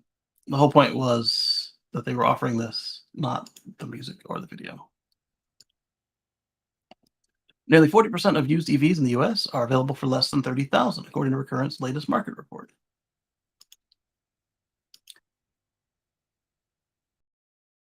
Tesla now outsells the Toyota. Tesla now outsells Toyota in California. So when I make jokes about the California Camry, is real. And even when I tried to say that the BZ 4X and the Subaru Solterra and the Lexus whatever match the Toyota ethos for slow, safe, reliable, blah blah blah. The VW did it better. So, see, Tesla has the two best-selling cars in California by a ridiculous margin, and we're not just talking about electric vehicles. It even outsells the long-time bestseller Toyota overall in Q2. Oh, and Rivian almost catches Land Rover in Q2. Oh, there you go. It's helping push the market shares of battery electric vehicles to a record high in the state. Let's see. Let's get the numbers, please. All the fluffery.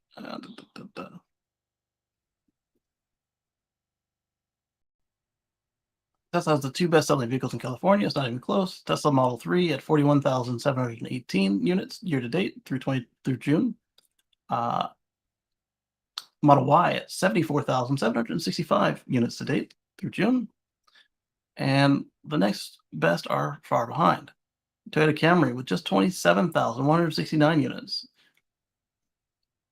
outsold by the Model 3.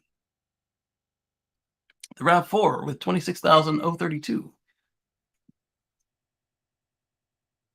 Speaking of Toyota, it was dethroned by Tesla for the first time in California during the second quarter.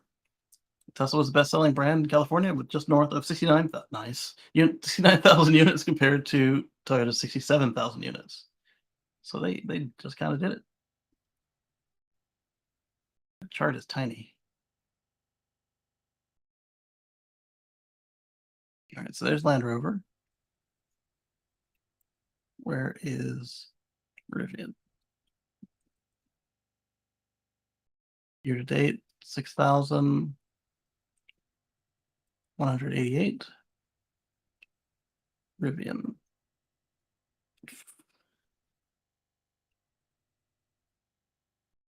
3918. So they're at half. But I think it might have been just for the quarter. Do they have the quarter? Yep, second quarter. Rivian. 2225. Land Rover's 2907. So almost.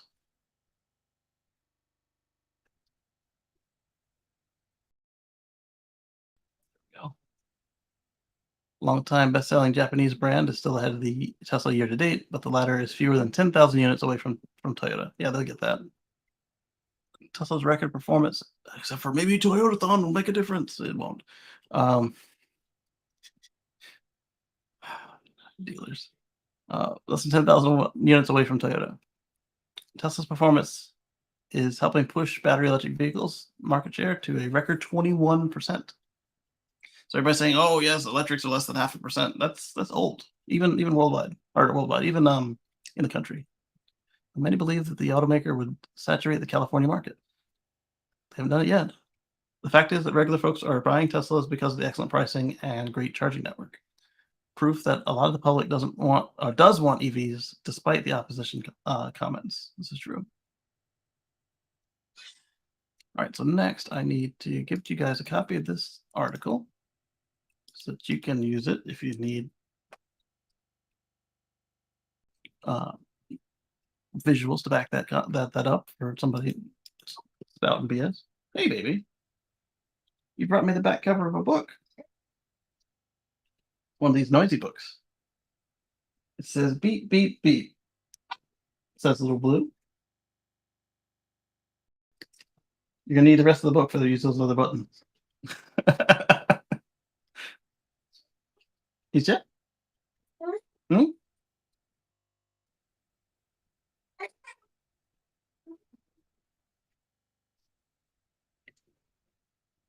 All right, let's see.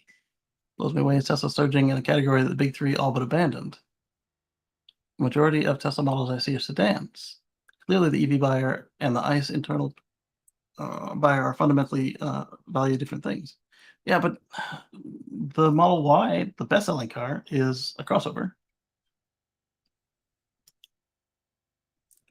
Model Y outsells Model 3 by 2 to 1, climbing to 3 to 1.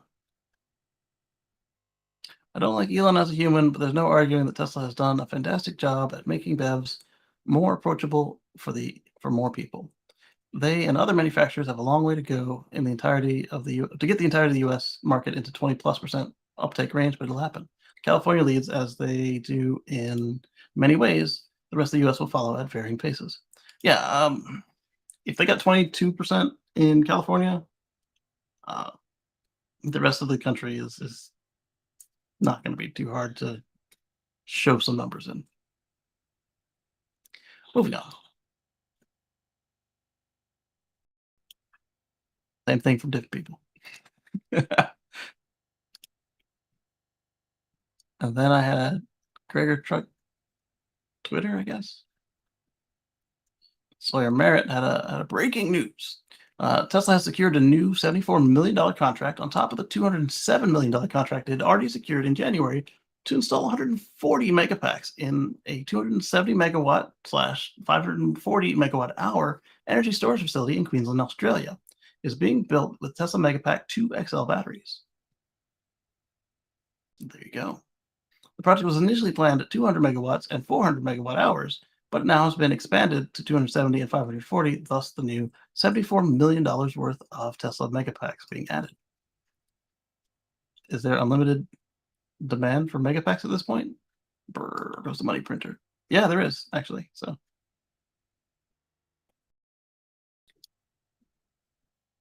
all right, so this is something I told you guys about, the FSD transfer policy to remove reference to private sales.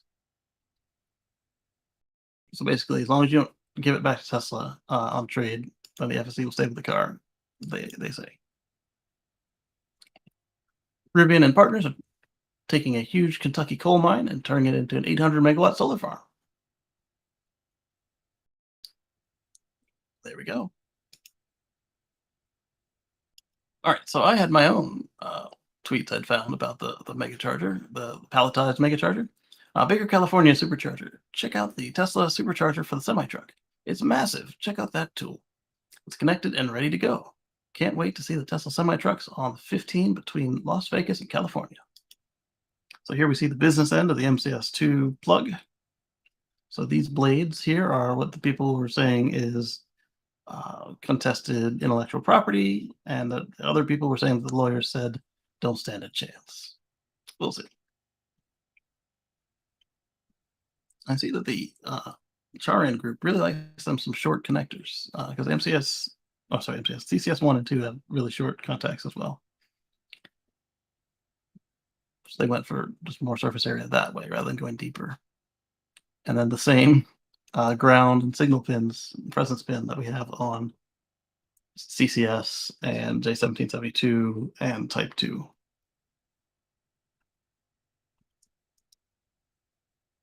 And then here's how big the handle is.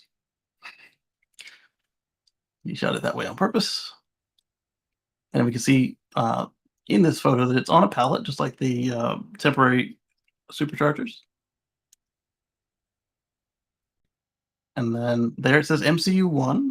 For Tesla parlance, MCU typically means the computer in the car. So here we suggested perhaps megawatt charging unit 1 or mobile charging unit 1. But there's only one on it. So you got the pedestal, and then you got the cabinet, which appears like a V3 cabinet, but we know it's V4 because it's got the mega charger on it. It's wider and bigger than the V4 stalls, so it's not a V4 unless it's a V4 prototype. And then there it is, just sitting there under the canopy, which is why they suggested that it'll only work with just the cab by itself because the trailer won't fit there. So there we go. Putting mega chargers at Baker? Not sure, but mobile superchargers is a great way to see where it might fit best. That's true. Now, Brandon asked for photos of labels, and I think I got that in another tweet. It's probably as big as CCS, right? Then when you think of the power output difference and what it's supposed to charge, it's massive, bigger than CCS.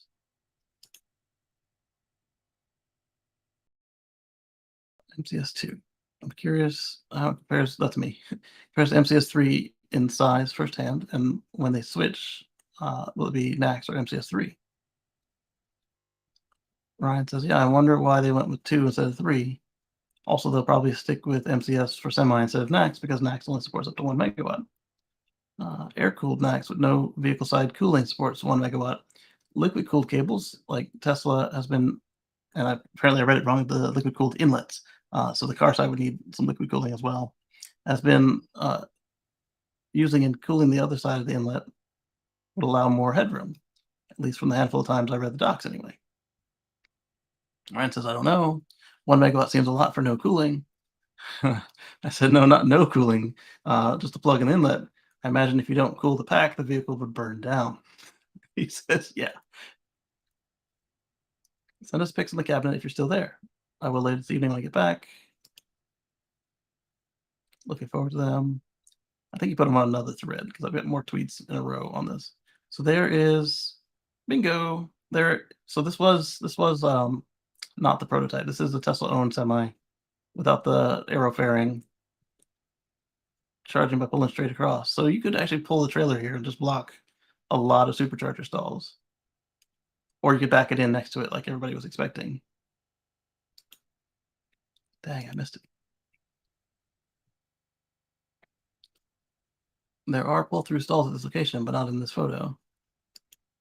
Yeah, the pull-through stalls are for the regular cars, not for the semi-truck. So you can pull through, which is nice with the trailer. How heavy is it compared to CCS1? There's definitely some weight to it. The cord was stiff also. That'll be an interesting comparison. If it's almost the same with help from a pulley type mechanism. Word is Cybertruck is compatible. My guess is no. Not with that handle, but yeah, it should be compatible with the machine. The word came from Tesla at the semi delivery event. So Tesla assesses Cybertruck to use semi's megawatt plus DC charger. Yeah. Thank you.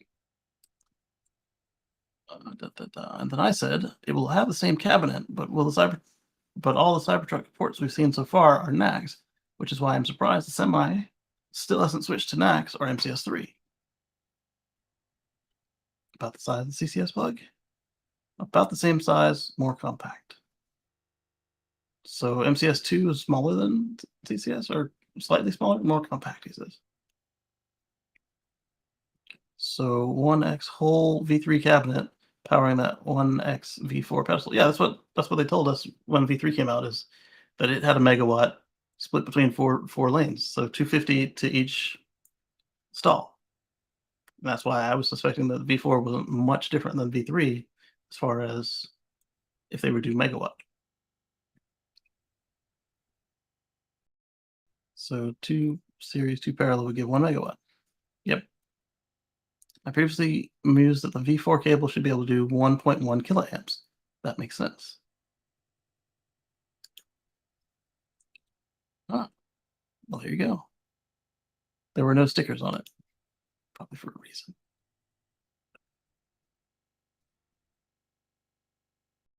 We have a big flippin' rocket. Sorry, folks, we have a big flippin' charge port. They're making fun of the way he's holding that cable. So thick.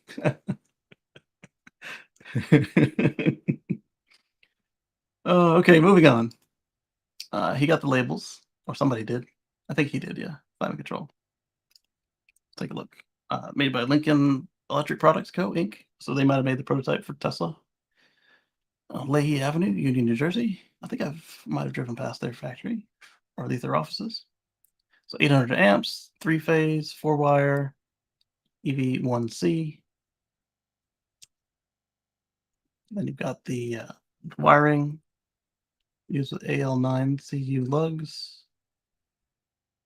Weather-resistant Type 3R rated enclosure for additional outdoor weather protection. Installation of optional weather shield kit. WP9. So WP10 is recommended. Sprinkler proof when the angle between the sprinkler heads and the opening in the enclosure does not exceed 45 degrees Fahrenheit. 45 degrees angle from the vertical. Let's see. Then you've got the power diagrams here. Primary voltage percentage. I guess those are power factors.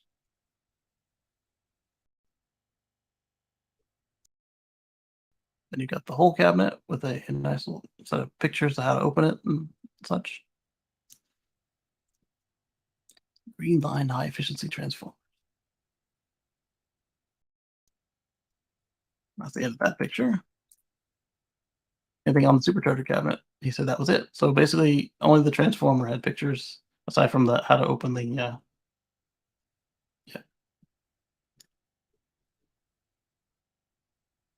This is the label I'm most interested in. Yeah.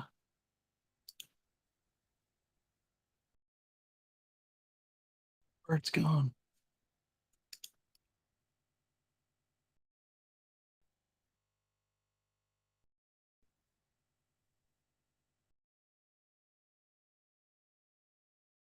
So I got the same one twice. All right. Tesla has publicly confirmed that 350 kilowatt capable V4 superchargers within a planning submission for a site in Swindon, UK. Superb work, Tesla. This also confirms that the V4 payment screen seen in the last photo, oval base, hopefully means that V3 can be swapped out to V4 easily. Like I was suggesting, they would probably just switch the pedestals onto the V3 stations and just not do anything else. We saw them do it with V1 and V2. Just this is plastic now instead of metal.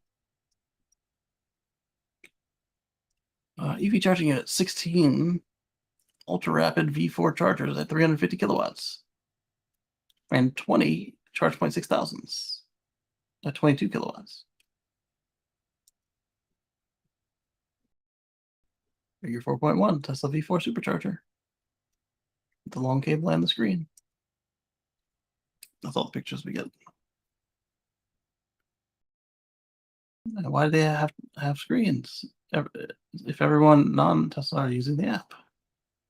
Because charging should be accessible and easy for everyone, whether they have a Tesla with plug-in charge, a non-Tesla with the Tesla app, or a non-Tesla but no phone signal.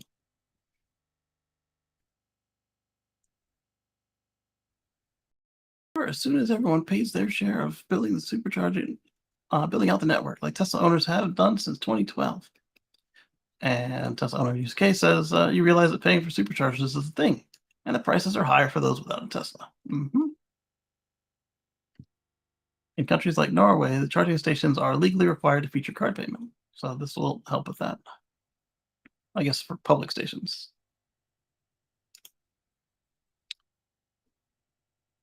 Stellantis is to construct 34 gigawatt-hour battery plant in North America. So this is good news because we've seen that companies that don't have their own battery factories tend to run into supply issues. So Stellantis wants to be able to potentially build some cars. Good on that.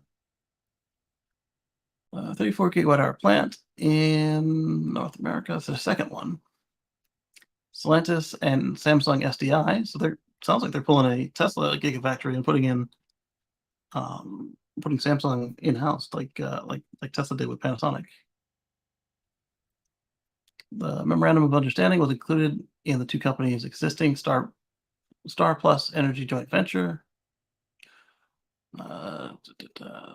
Began in May of 22, rolling out plans to invest more than $2.5 billion in a lithium-ion production plant in the U.S. 22 venture initiated plans to build an electric car vehicle battery plant in Kokomo, Indiana. So where's the new one going? They aim to start production at the second battery plant by 2027. Where? Doesn't say. Initial production of 34 gigawatt hours. The first battery plant in Indiana is targeted to launch by 2025 and aims for an annual production of 33 gigawatt hours. Stellantis hopes that the two battery plants with Samsung will help it offer up to 25 new battery electric vehicles in North America. Okay. All right, it doesn't say where. I thought it would say where. Good on you. All right, next, another tweet. Sawyer says, news. World's fourth V4 Tesla supercharger is open now in Austria. So we started in the Netherlands, and then we moved to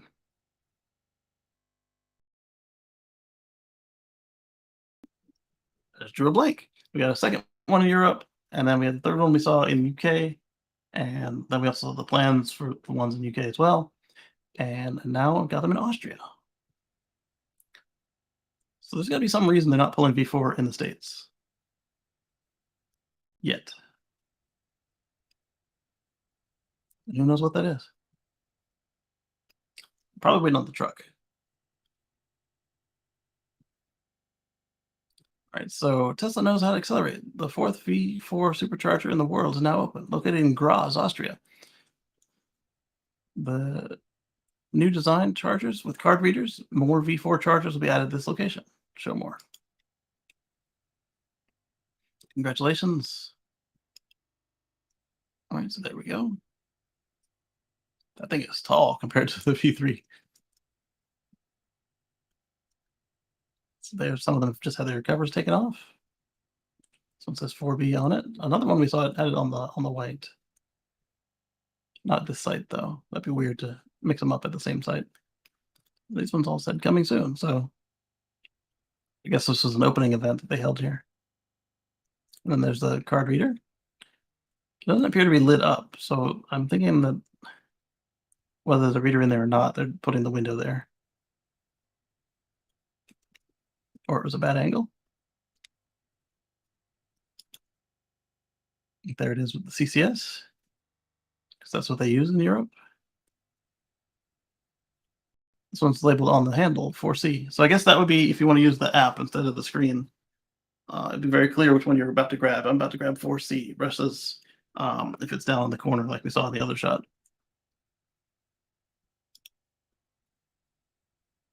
I think you'd want both labels though, because the one down below, when you look on the map and it says 2D is down, you know not to use 2D. Spoiler, there'll be a fifth V4.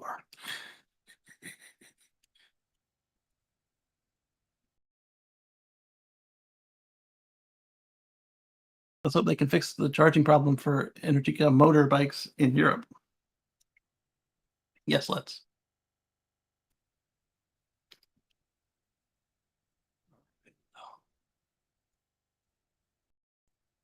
Tesla confirmed significant detail regarding V4 supercharger. Tesla confirmed the detail with the V4 superchargers, confirming they do have a charging speed of 350 kilowatts, as speculation persisted whether the chargers were capable of those speeds. At least 350. All right, so here we can see the length of the cable. That part was nice. So we can see that all these automakers won't have to move their charge port locations. Some of them still will, because that's, while significant, it's not enough for some of these places. But at least we can see they can reach both sides of the car, left and right. And you can probably go pretty far down the close side. You can go down a little ways on the far side. Interesting.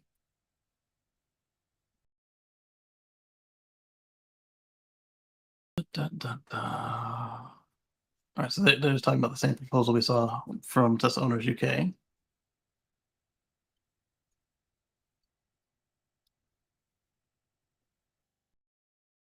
Does this mean V4 superchargers have caught up to the capabilities of the high-powered CCS chargers?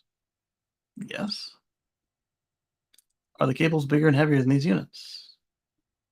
It's hard to say because they're CCS cables, CCS handles, CCS2 handles.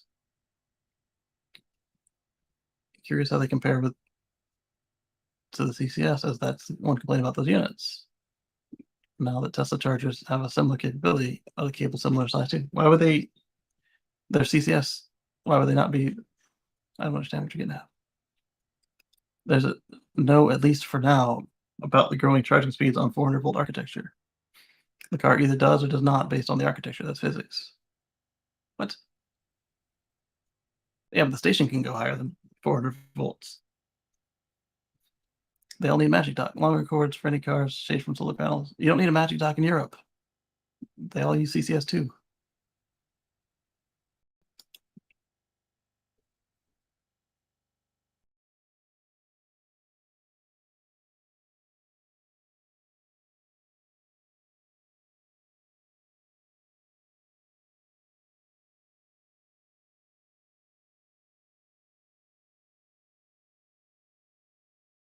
On the ground, Nebulous told us the V4 supercharger had 31% amperage increase to 615 amps. That's rubbish, Joey. So this guy again with the nameplate pictures. For the record, Tesla announced Cybertruck and future Teslas would move to 1,000-volt architectures, and that Cybertruck would be able to charge at the future pull-through megachargers. Megacharger power was not announced, but NACS can handle up to 1 megawatt. There's no up to, at least. Also, V4 will start at 350 and increase as needed to 600 if cars are sold in the future that can handle that. Megacharger can output 1 megawatt, hence the name. Exactly. Output for Megacharger has not been announced yet, but it'll be minimum 1 megawatt. Yep. We all know the next plug can handle at least 1 megawatt at 1000 volts. Tesla Semi uses different connector capable of higher power, yet we don't know how much at 1000 volts. Semi, Cybertruck, and future Teslas will use 1000 volt architectures. Yes, it has. Elon announced it some time ago. 1.2 megawatts at 1 kilovolt. All right, so not more people arguing about plugs. All right, so we saw this. It's the Cyber 150. And another article about the Cyber 150. Wonder if they found more pictures than we found.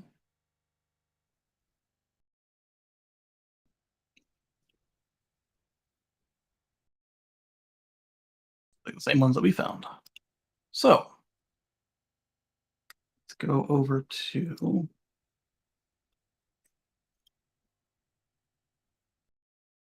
Dan asked if we were tracking this from CNBC. As Ford loses billions on EVs, the company embraces hybrids. Ford executives said the automaker is working on a slate of new hybrid models. Comments run slightly counter to recent messaging from Detroit automakers. What the customer really likes is when we take a hybrid system that's more efficient for certain duty cycles, and then we add capabilities because of batteries, said Farley after the company's second quarter reports. So again, hybrids, you have battery and gas systems to deal with. That's the reason that we likely see more fires in hybrids than gas or EVs. Even though gas has a lot more older vehicles that can light up. Not saying that only old cars light up, but it certainly makes it easier. But focusing on hybrids tells us that either they can't get parts or they can't get batteries or like big batteries. Or maybe they're giving into the union. As we saw last week, the union was talking a bunch of smack about profits and what was possible and not possible or whatever. But if you switch to hybrid, you're done. That's all there is to it. Not you as a customer, but if you as a company switch to hybrids after you've already had good EVs, you're done. All right. Birthday wishes.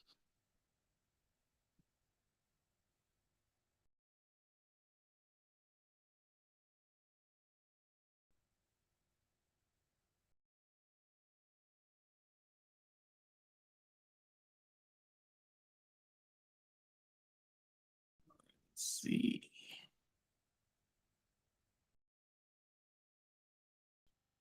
Omar sent us an article about F-150 Lightning faces cancellations as prices surge. And I'm guessing that's dealer prices surging because we just saw that they dropped the price of all the F-150s last week.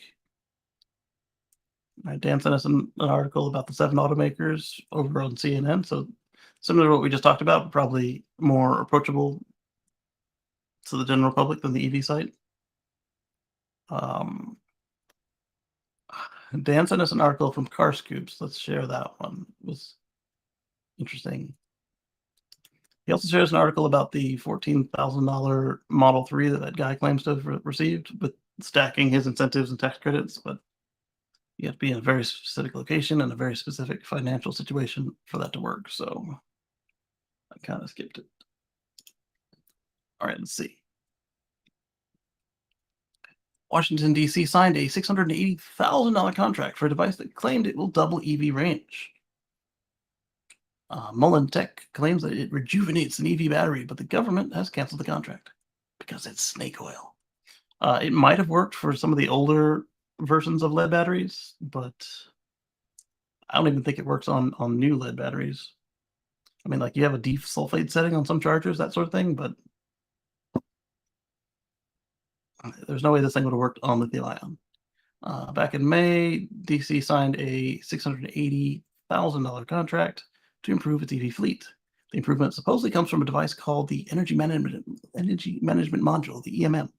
According to its creators, it can double EV range by rejuvenating the battery. If that sounds too good to be true, it's likely because it is.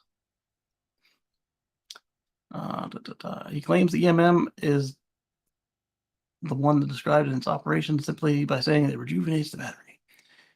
He claims that testing has shown increases in range of up to 75%, depending on the application. In the video below, he can be seen talking about his invention in vague terms.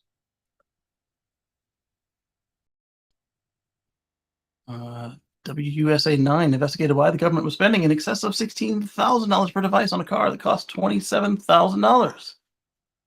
Yeah, that's a very good question. Neither Mullen or Hodge provided any details about exactly how the EMM was supposed to work, and officials from the government said, "We've been investigating this new technology that will extend their life, make us work more efficiently, and keep our maintenance expenses down."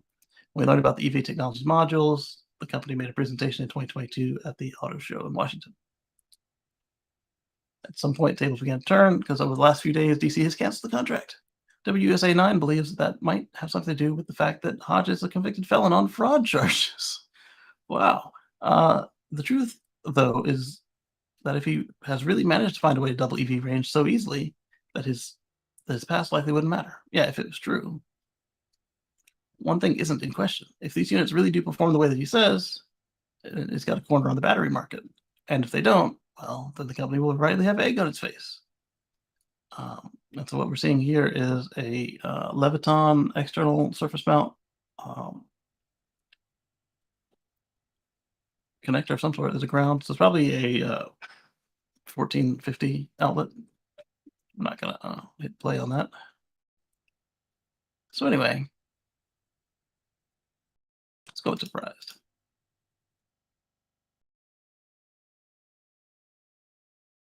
For a scam like this proves the average politician's IQ is in the lower 50s.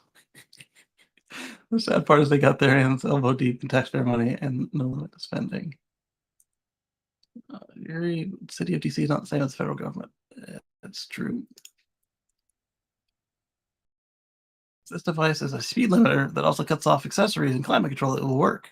If you drive an EV at 5 miles an hour, only with the AC and heater turned off, you get close to double the stated range. Could be that. All right, so thanks, Dan.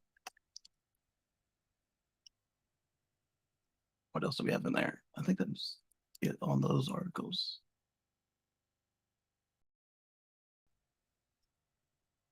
Yep, a Falcon Heavy went off and did a double return to launch site landing. That was fun.